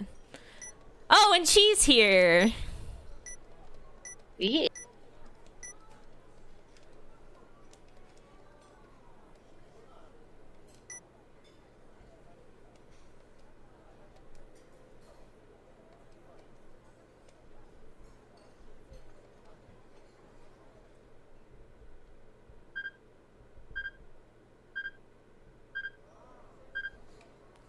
Wait, actually, I think that was a new scene. Because now I can't... I'm thinking, like, I actually don't remember that.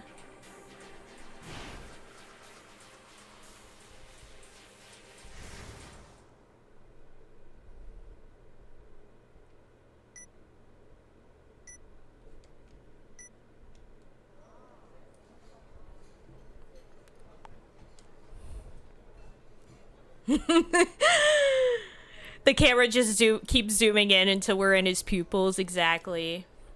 Yep. Who was voice acting her again? You. It was me? I don't remember what. And then one of these, and one of these. Oh, and this, and this, and this, and this, and that, too. Let me just repeat your order back to you. 1 Japanese-style beef patty, 1 spicy fish roast spaghetti, 1 chicken casserole, 1 French onion soup, 1 fruit parfait, 1 chocolate parfait, and 1 deluxe chocolate parfait. Will that be all?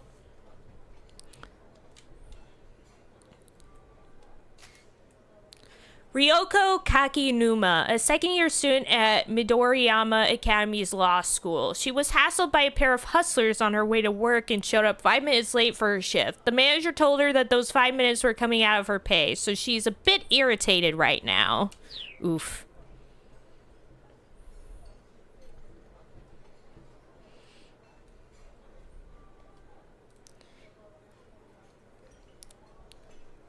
You forgot the large caramel shake. The customer was a full-figured young woman ensconced at a nearby table. My apologies. The waitress quickly jotted down the addition to the order. They'll do it for now. For now? Yikes. The large caramel She's actually planning on shuake. ordering some more after that. Marveling at this display of appetite, Minoru Kara went back to typing.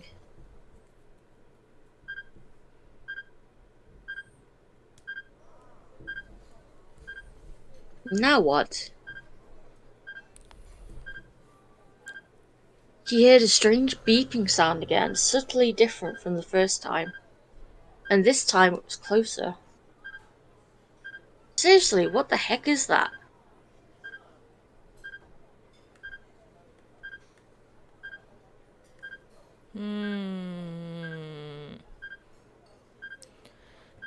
The thing is, originally He I needed went. to get the bottom. Last time we said we need to get to the bottom of this, Yeah. he went over and tackled I and stuff, so we need to choose B. Well, but it's showing that it's not highlighted anymore because it's different now because we now have what's her name here. True. So it may be different. Well, I'm gonna hit this one. Well, never mind. I need to focus and finish this article. Minoru Kara immersed himself in his writing again. Before long, he stopped worrying about the curious sound.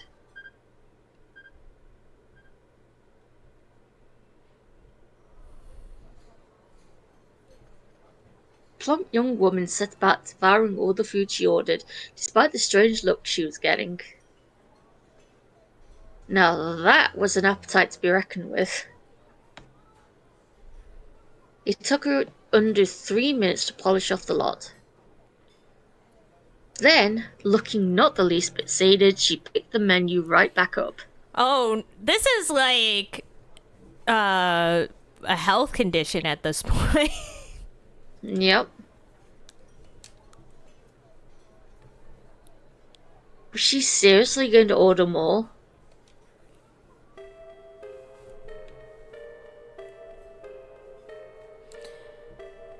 Kara was starting to take an interest in this young lady.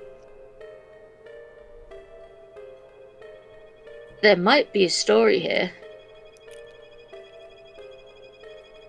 He conjured up a series of headlines in his head. Woman inhales 30,000 calories in 3 minutes. This is the equivalent of 100 pieces of shortcake, 300 glasses of milk, or enough steak and rice to feed about 30 people. No, he needs some more punch. Food for thought, an expose on obesity, for fuck's sake. Oh my god, she's not even... You don't even know... Just move on, just move on. No, that was no good. He wasn't writing for a fashion mag here. A gourmet day in Shibuya. That was it.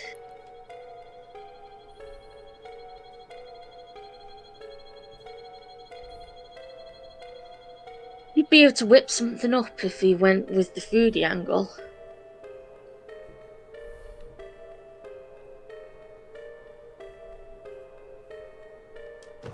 Norikara got up from his seat.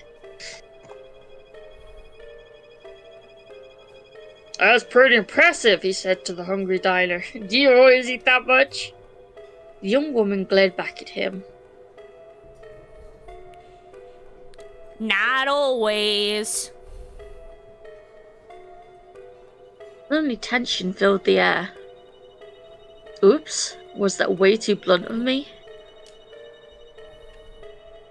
I mean, she is a young lady after all. Maybe I should change up my approach. Who the heck are Who the you? heck? Oh, sorry. No worries. Who the heck are you anyway? I'm a freelance writer. I was hoping I could do an interview with you real quick. You want to interview me? Suspicion was plain on her face. I do. I mean, girls all over the world worry about their diets, right? Yeah, I hear that, yeah. So would you be willing to share your secret, or your technique, or whatever for how to eat without getting fat? What, me? Sure, I mean, look at the figure you maintain despite eating all this food. The young woman's expression brightened up. Oh, you noticed? There's actually a lot that goes into all this. Yeah? The basic thing, though, is to eat 10 meals a day. Minoru struggled to keep his jaw from dropping. 10 meals a day? She flashed him a chubby cheek grin. You don't know how diets work, do ya? Eating only 1 or 2 meals a day, that's what'll make you fat. Exactly. You gotta space your food out into smaller portions throughout the day. That's the fundamentals of dieting right there. Right, but what happened to the smaller portions part? Norikara had to bite his tongue. I see. Any other pro dining tips you could share? Well, for the basics, I'd say always drink protein instead of tea, yeah? Drink protein all day? Seriously? Once again, it took all of Minokara's willpower to keep his thoughts to himself. Let's see, what else? Oh, there's this stuff called burning hammer too, but... She trailed off with a little wince. Wait. Wait. Oh, wait, yeah. Minoru picked up. Did you say burning hammer? Oh, you know it? I've heard of it anyway. Decided he was better off keeping his plans to head to the sales demo secret. There's a sales demo later on if you're interested. The woman said as if she were reading his thoughts. Though, full disclosure, I'm working for them right now. She handed Minoru an advertising pamphlet. There was a more detailed map for the venue included. What a stroke of luck! Now he didn't need to rely on the crummy map and the project proposal anymore. He'd have no trouble finding the venue with the building's various floors all broken down for him. It's crazy how in such a short amount of time things have changed. Because nowadays it's like you don't really need maps anymore because you can just look stuff up on the phone.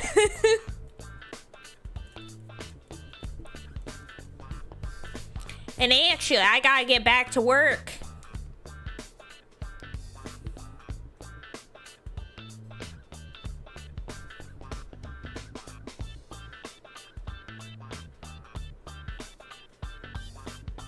Sure, thank you so much for your time. I'm gonna hang back and finish my coffee here. The woman left the cafe and Minoru went back to his laptop.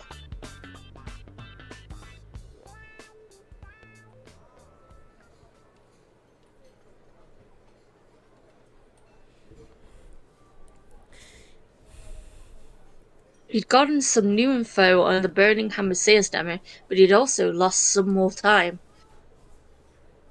The surveillance camera piece still wasn't finished.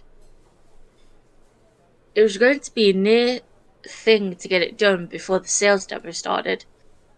I wish they wouldn't put white text over a silver laptop. Yeah. Like, it's hard to read. Yeah, they've had like several of those backgrounds where it's like, oh, this is terrible to look at.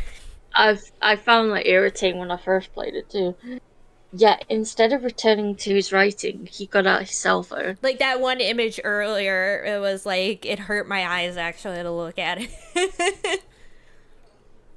What if Toyama had got another of his crazy ideas? If he tried to hang himself again?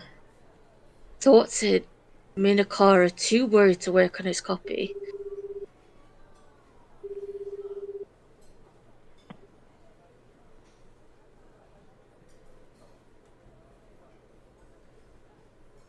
The phone rang several times before someone picked up.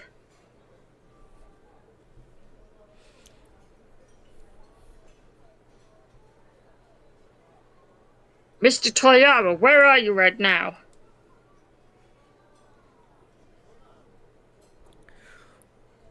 Right now, I'm on the run somewhere near Shoto. An upscale residential district. Despite being smack dab in the middle of the city, it's a quiet neighborhood, rife with greenery. The residence of the former governor of Tokyo is here, built on a massive 2,200 square meter plot of land. There's a shady hotel district a short walk to the south, making for quite the juxtaposition. I mean, that's Tokyo for you. Yep. Toyama was speaking in an oddly hushed tone. Shoto? After you left the office, some guys came by to collect on my debt, so I made a run for it. Okay, so he wasn't dead, but the situation was still pretty bad. Look, we'll get you through this somehow, Minoru said, hoping it was true.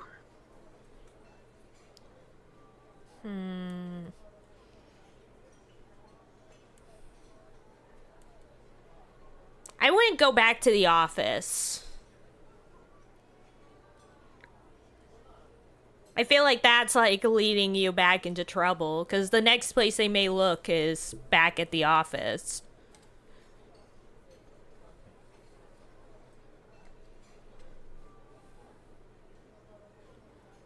Keep your head down, stay out of trouble. Stay where you are now. Stay where I am, but what am I supposed to do? Toyama's voice dropped in and out. It sounded like he was moving quickly. Find someplace to hide and just lie low for a while. Alright. He hung up. Yeah. Minoru let out a deep sigh, then turned back to his laptop. Don't worry. We're actually okay. Because... Where is it? Where is it? Where is it?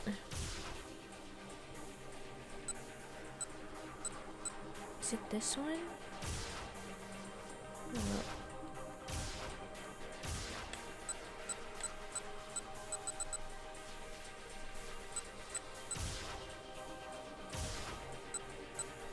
Where was it?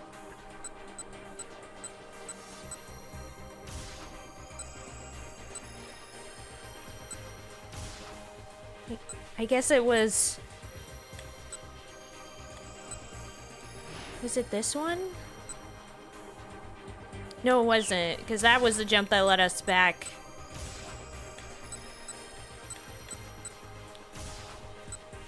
Where was the jump?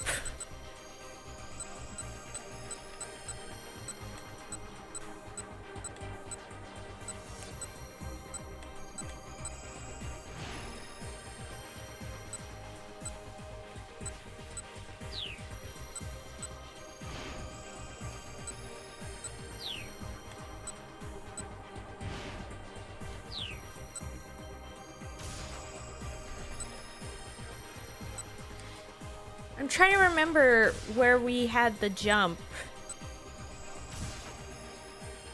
I don't... That was not... That was there.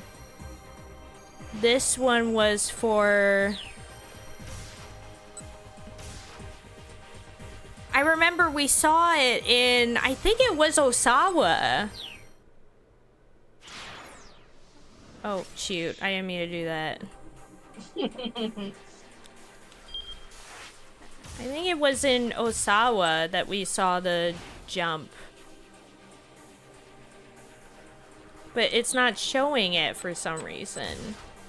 Oh wait, no, yeah, it was here. It just wasn't showing it for some strange reason. Blah blah blah blah blah blah blah blah blah blah blah blah blah blah blah blah blah blah blah blah. Opening the door. We went out into outside and then we bump into the people. And that was oh!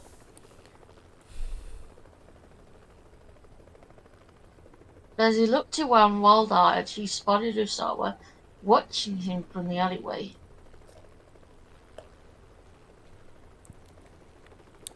Help! Who is this? Help me!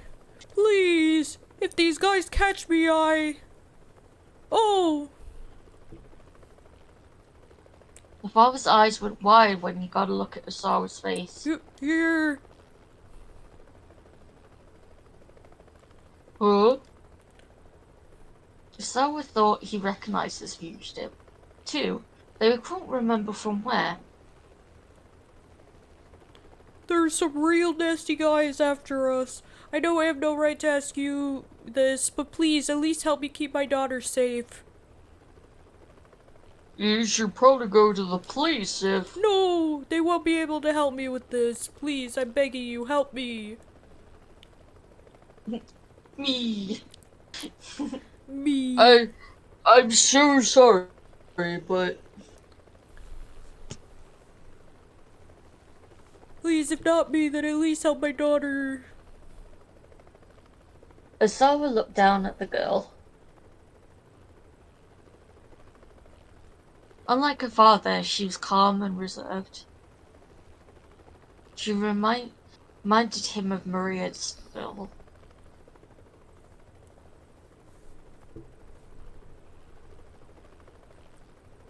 Okay, I'm gonna help them. Osawa couldn't just stand idly by. He decided to help them evade their pursuers. Alright, follow me.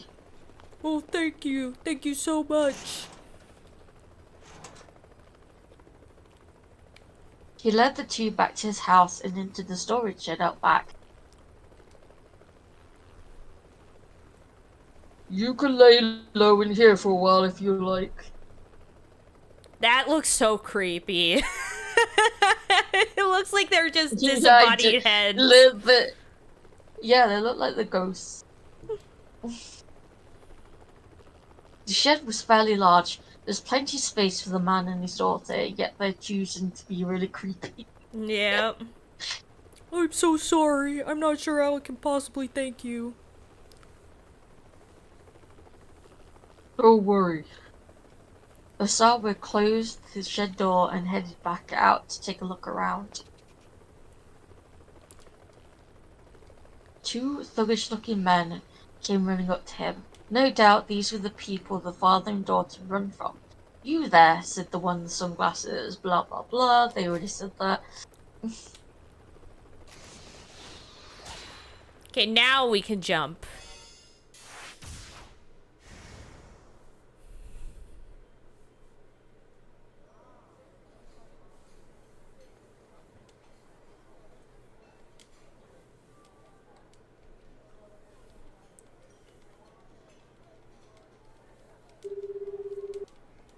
Yeah, we've already seen this, so I'm clicking through it.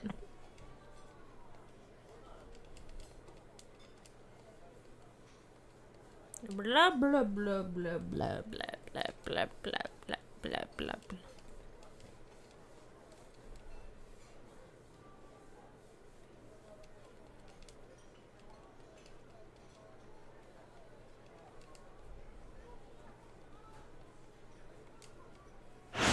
Oh, it didn't actually do the. It didn't break the keep out. Interesting. Hmm.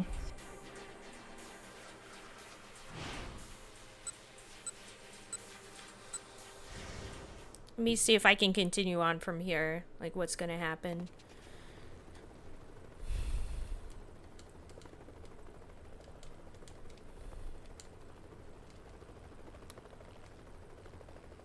Which way'd they go? Whoa. Sweet, we've Sweet, almost got we him. almost got him. The pair sped away.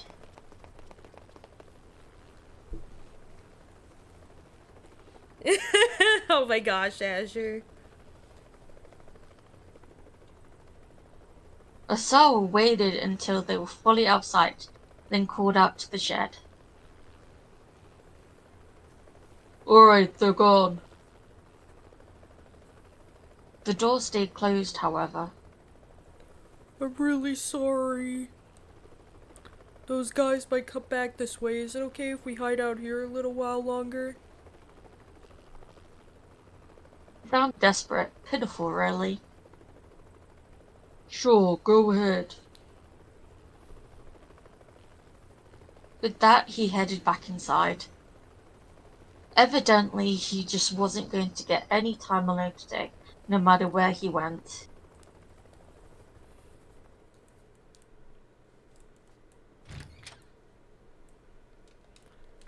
Yeah, but we did. Oh wait, no, this is a little different. Yes, sir. I was only keep my eyes on you after all. Believe me, it shows. Then we have read this. What? This. Blah blah blah blah blah. I still can't believe that that is okay. That it didn't McFrickin' die in the toilet. But you know. Probably dried it, but still, like, it was in there for a while. Yeah.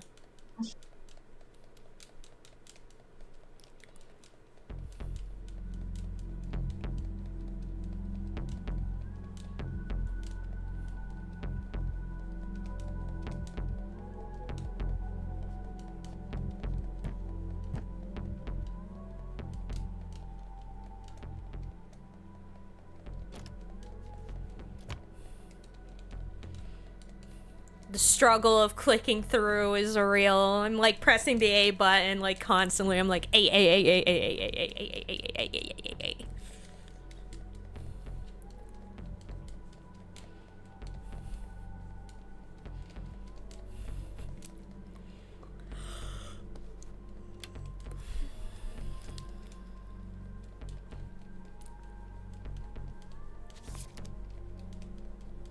Chung girls.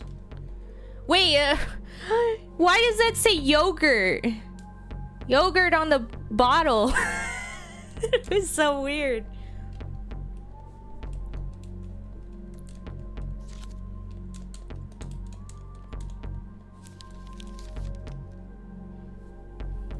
Okay, there we go. A series of magazine articles was nestled between the pages further into the book. These hadn't been clipped out for inclusion in the scrapbook itself. Ozawa glanced through them.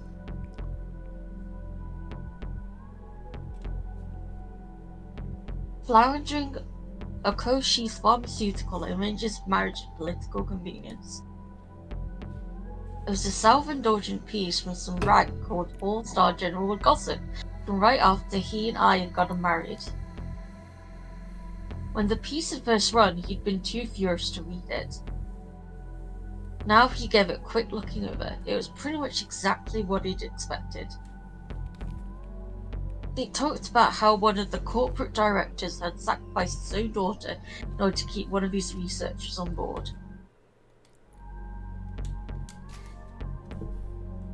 Allowing someone else to come to harm for one's personal gain. In this case, the term is used figuratively, not literally.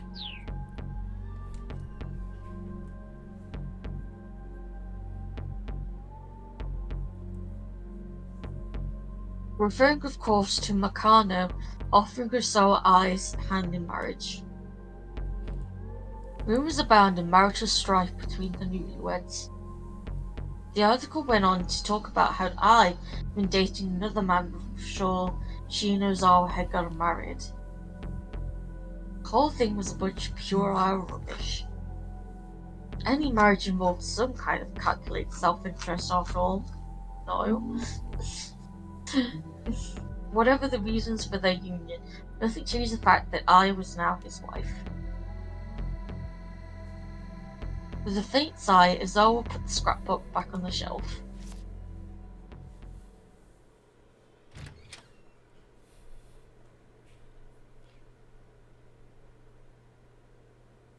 Feeling disconsolate, he returned to his study and began flipping through his CD rack.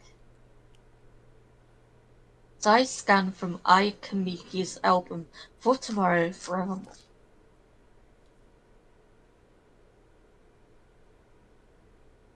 A lot of her more experimental numbers were on that album.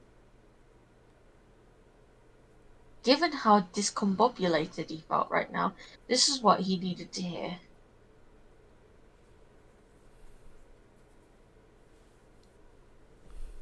Again, Ozawa reflected on how there'd been a time where he didn't care about music at all.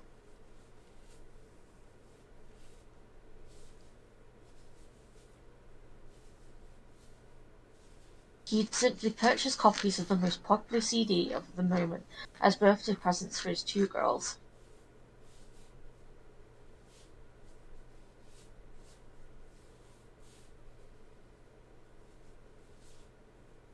And that had just happened to be an album by Anya Kimiki.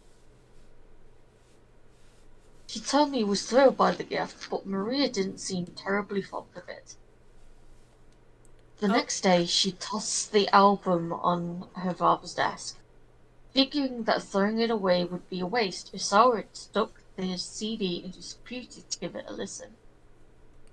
He was immediately bombarded by an intense beat bolstered by bold, uplifting vocals. Aya Kimiki wrote her own lyrics, which did a fine job of conveying the emotions of a teenage girl. Ozawa could hardly believe it. After listening to just one track, he was well and truly hooked.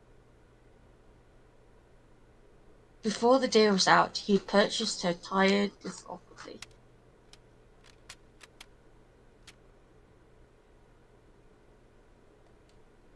For tomorrow should have been in the CD rack, but there's no sign of it.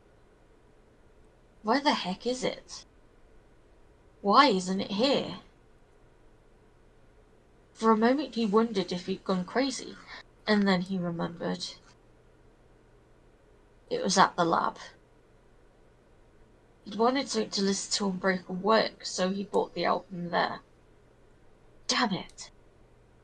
Damn it! Damn it! Not being able to listen to it made him want to hear it all the more.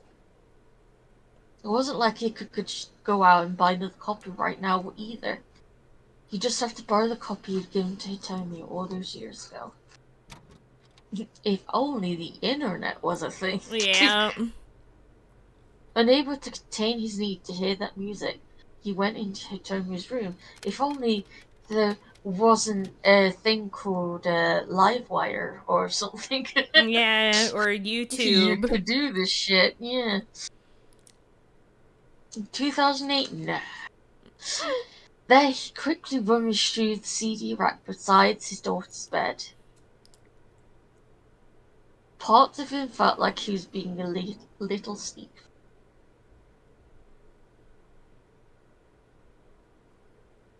According to the email Tanaka journal, someone was trying to kill Hitomi. Under the circumstances, he knew that what he was doing was ridiculous, yet he still couldn't resist the impulse to find the CD. His efforts were to no avail.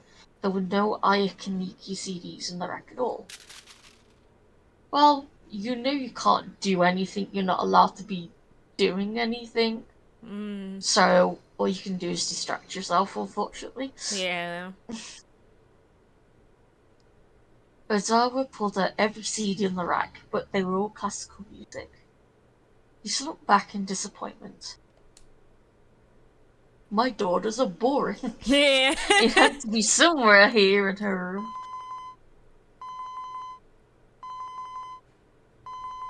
Ozawa jumped at the sound of his cell and fumbled to get it out of his pocket. Makani's name was displayed on the LCD screen.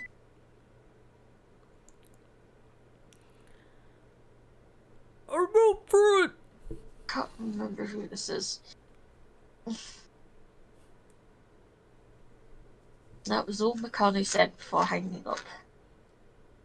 Hurriedly, Zoe began tidying up the CD rack. As he worked, he thought about what he was going to say to Mikano. To think that someone had violated corporate policy to such unethical ends. It sullied his research. Osawa wasn't about to let anyone get away with it.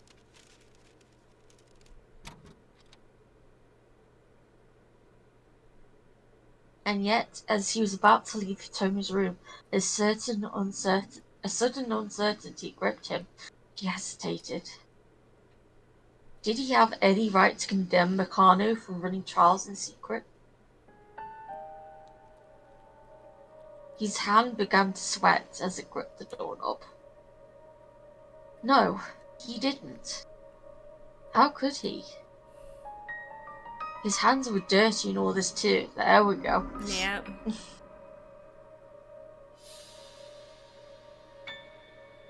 We need to keep this a secret, just between us. It'll be fine. We've already cleared animal testing.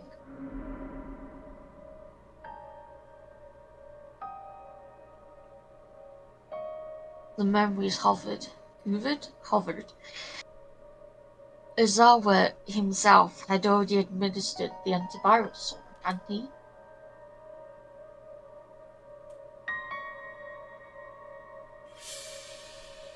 It was the only way.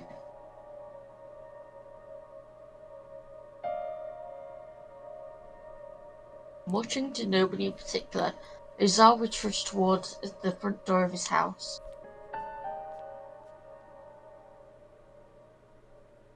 Hey, to be continued. We finished one route for this hour. Yep.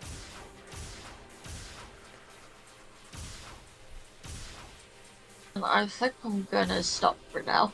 No worries. Thanks for joining, Lulu. I love you very much, and thanks for hanging out. Love you more. I love you the most. I'm glad you're back. I missed ya. I miss you too. I miss you more.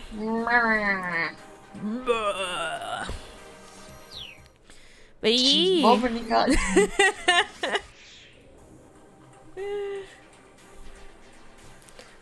We're making progress, at least. Yeah. Slowly but surely, we're getting there. How many bad ends do we have now? I'm not quite sure.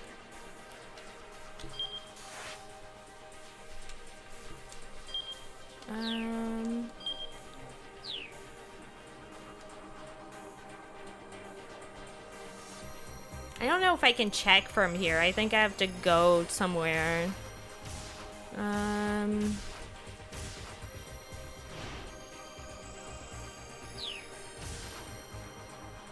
They show you have to be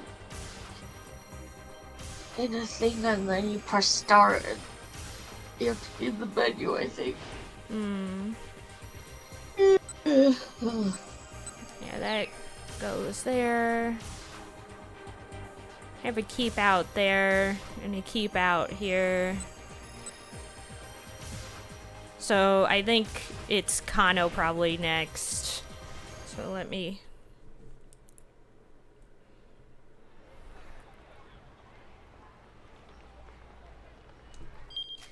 There we go. No, I already told us this the last time.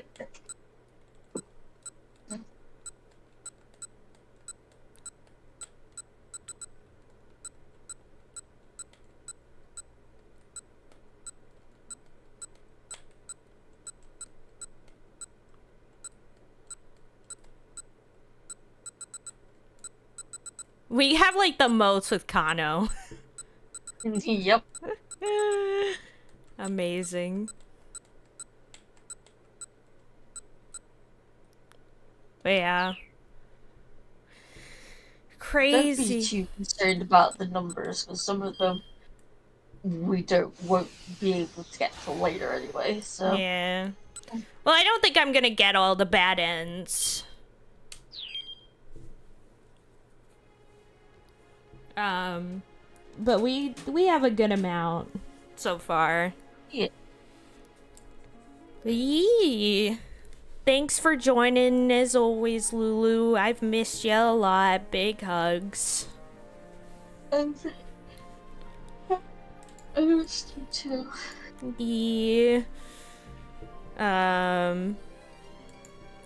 But yeah, we'll probably play more next time. Yes. If not, hopefully eventually. Slowly but surely making our way through it. Down. Exactly. Let's see who we shall raid. I think I just realized I never sent out the tweet for today, but oh well.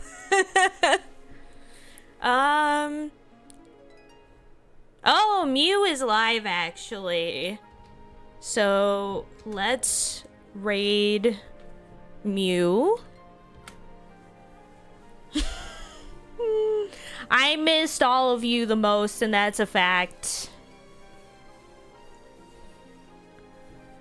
But thanks for joining, everyone. Thanks for hanging out. Saturday might be more Stardew, or it might be something else. I'm not sure yet. We'll see. And then, of course, continuing on with this either next time or at some point. But yeah, I love you all very much, and I'll see you all next time. Bye-bye!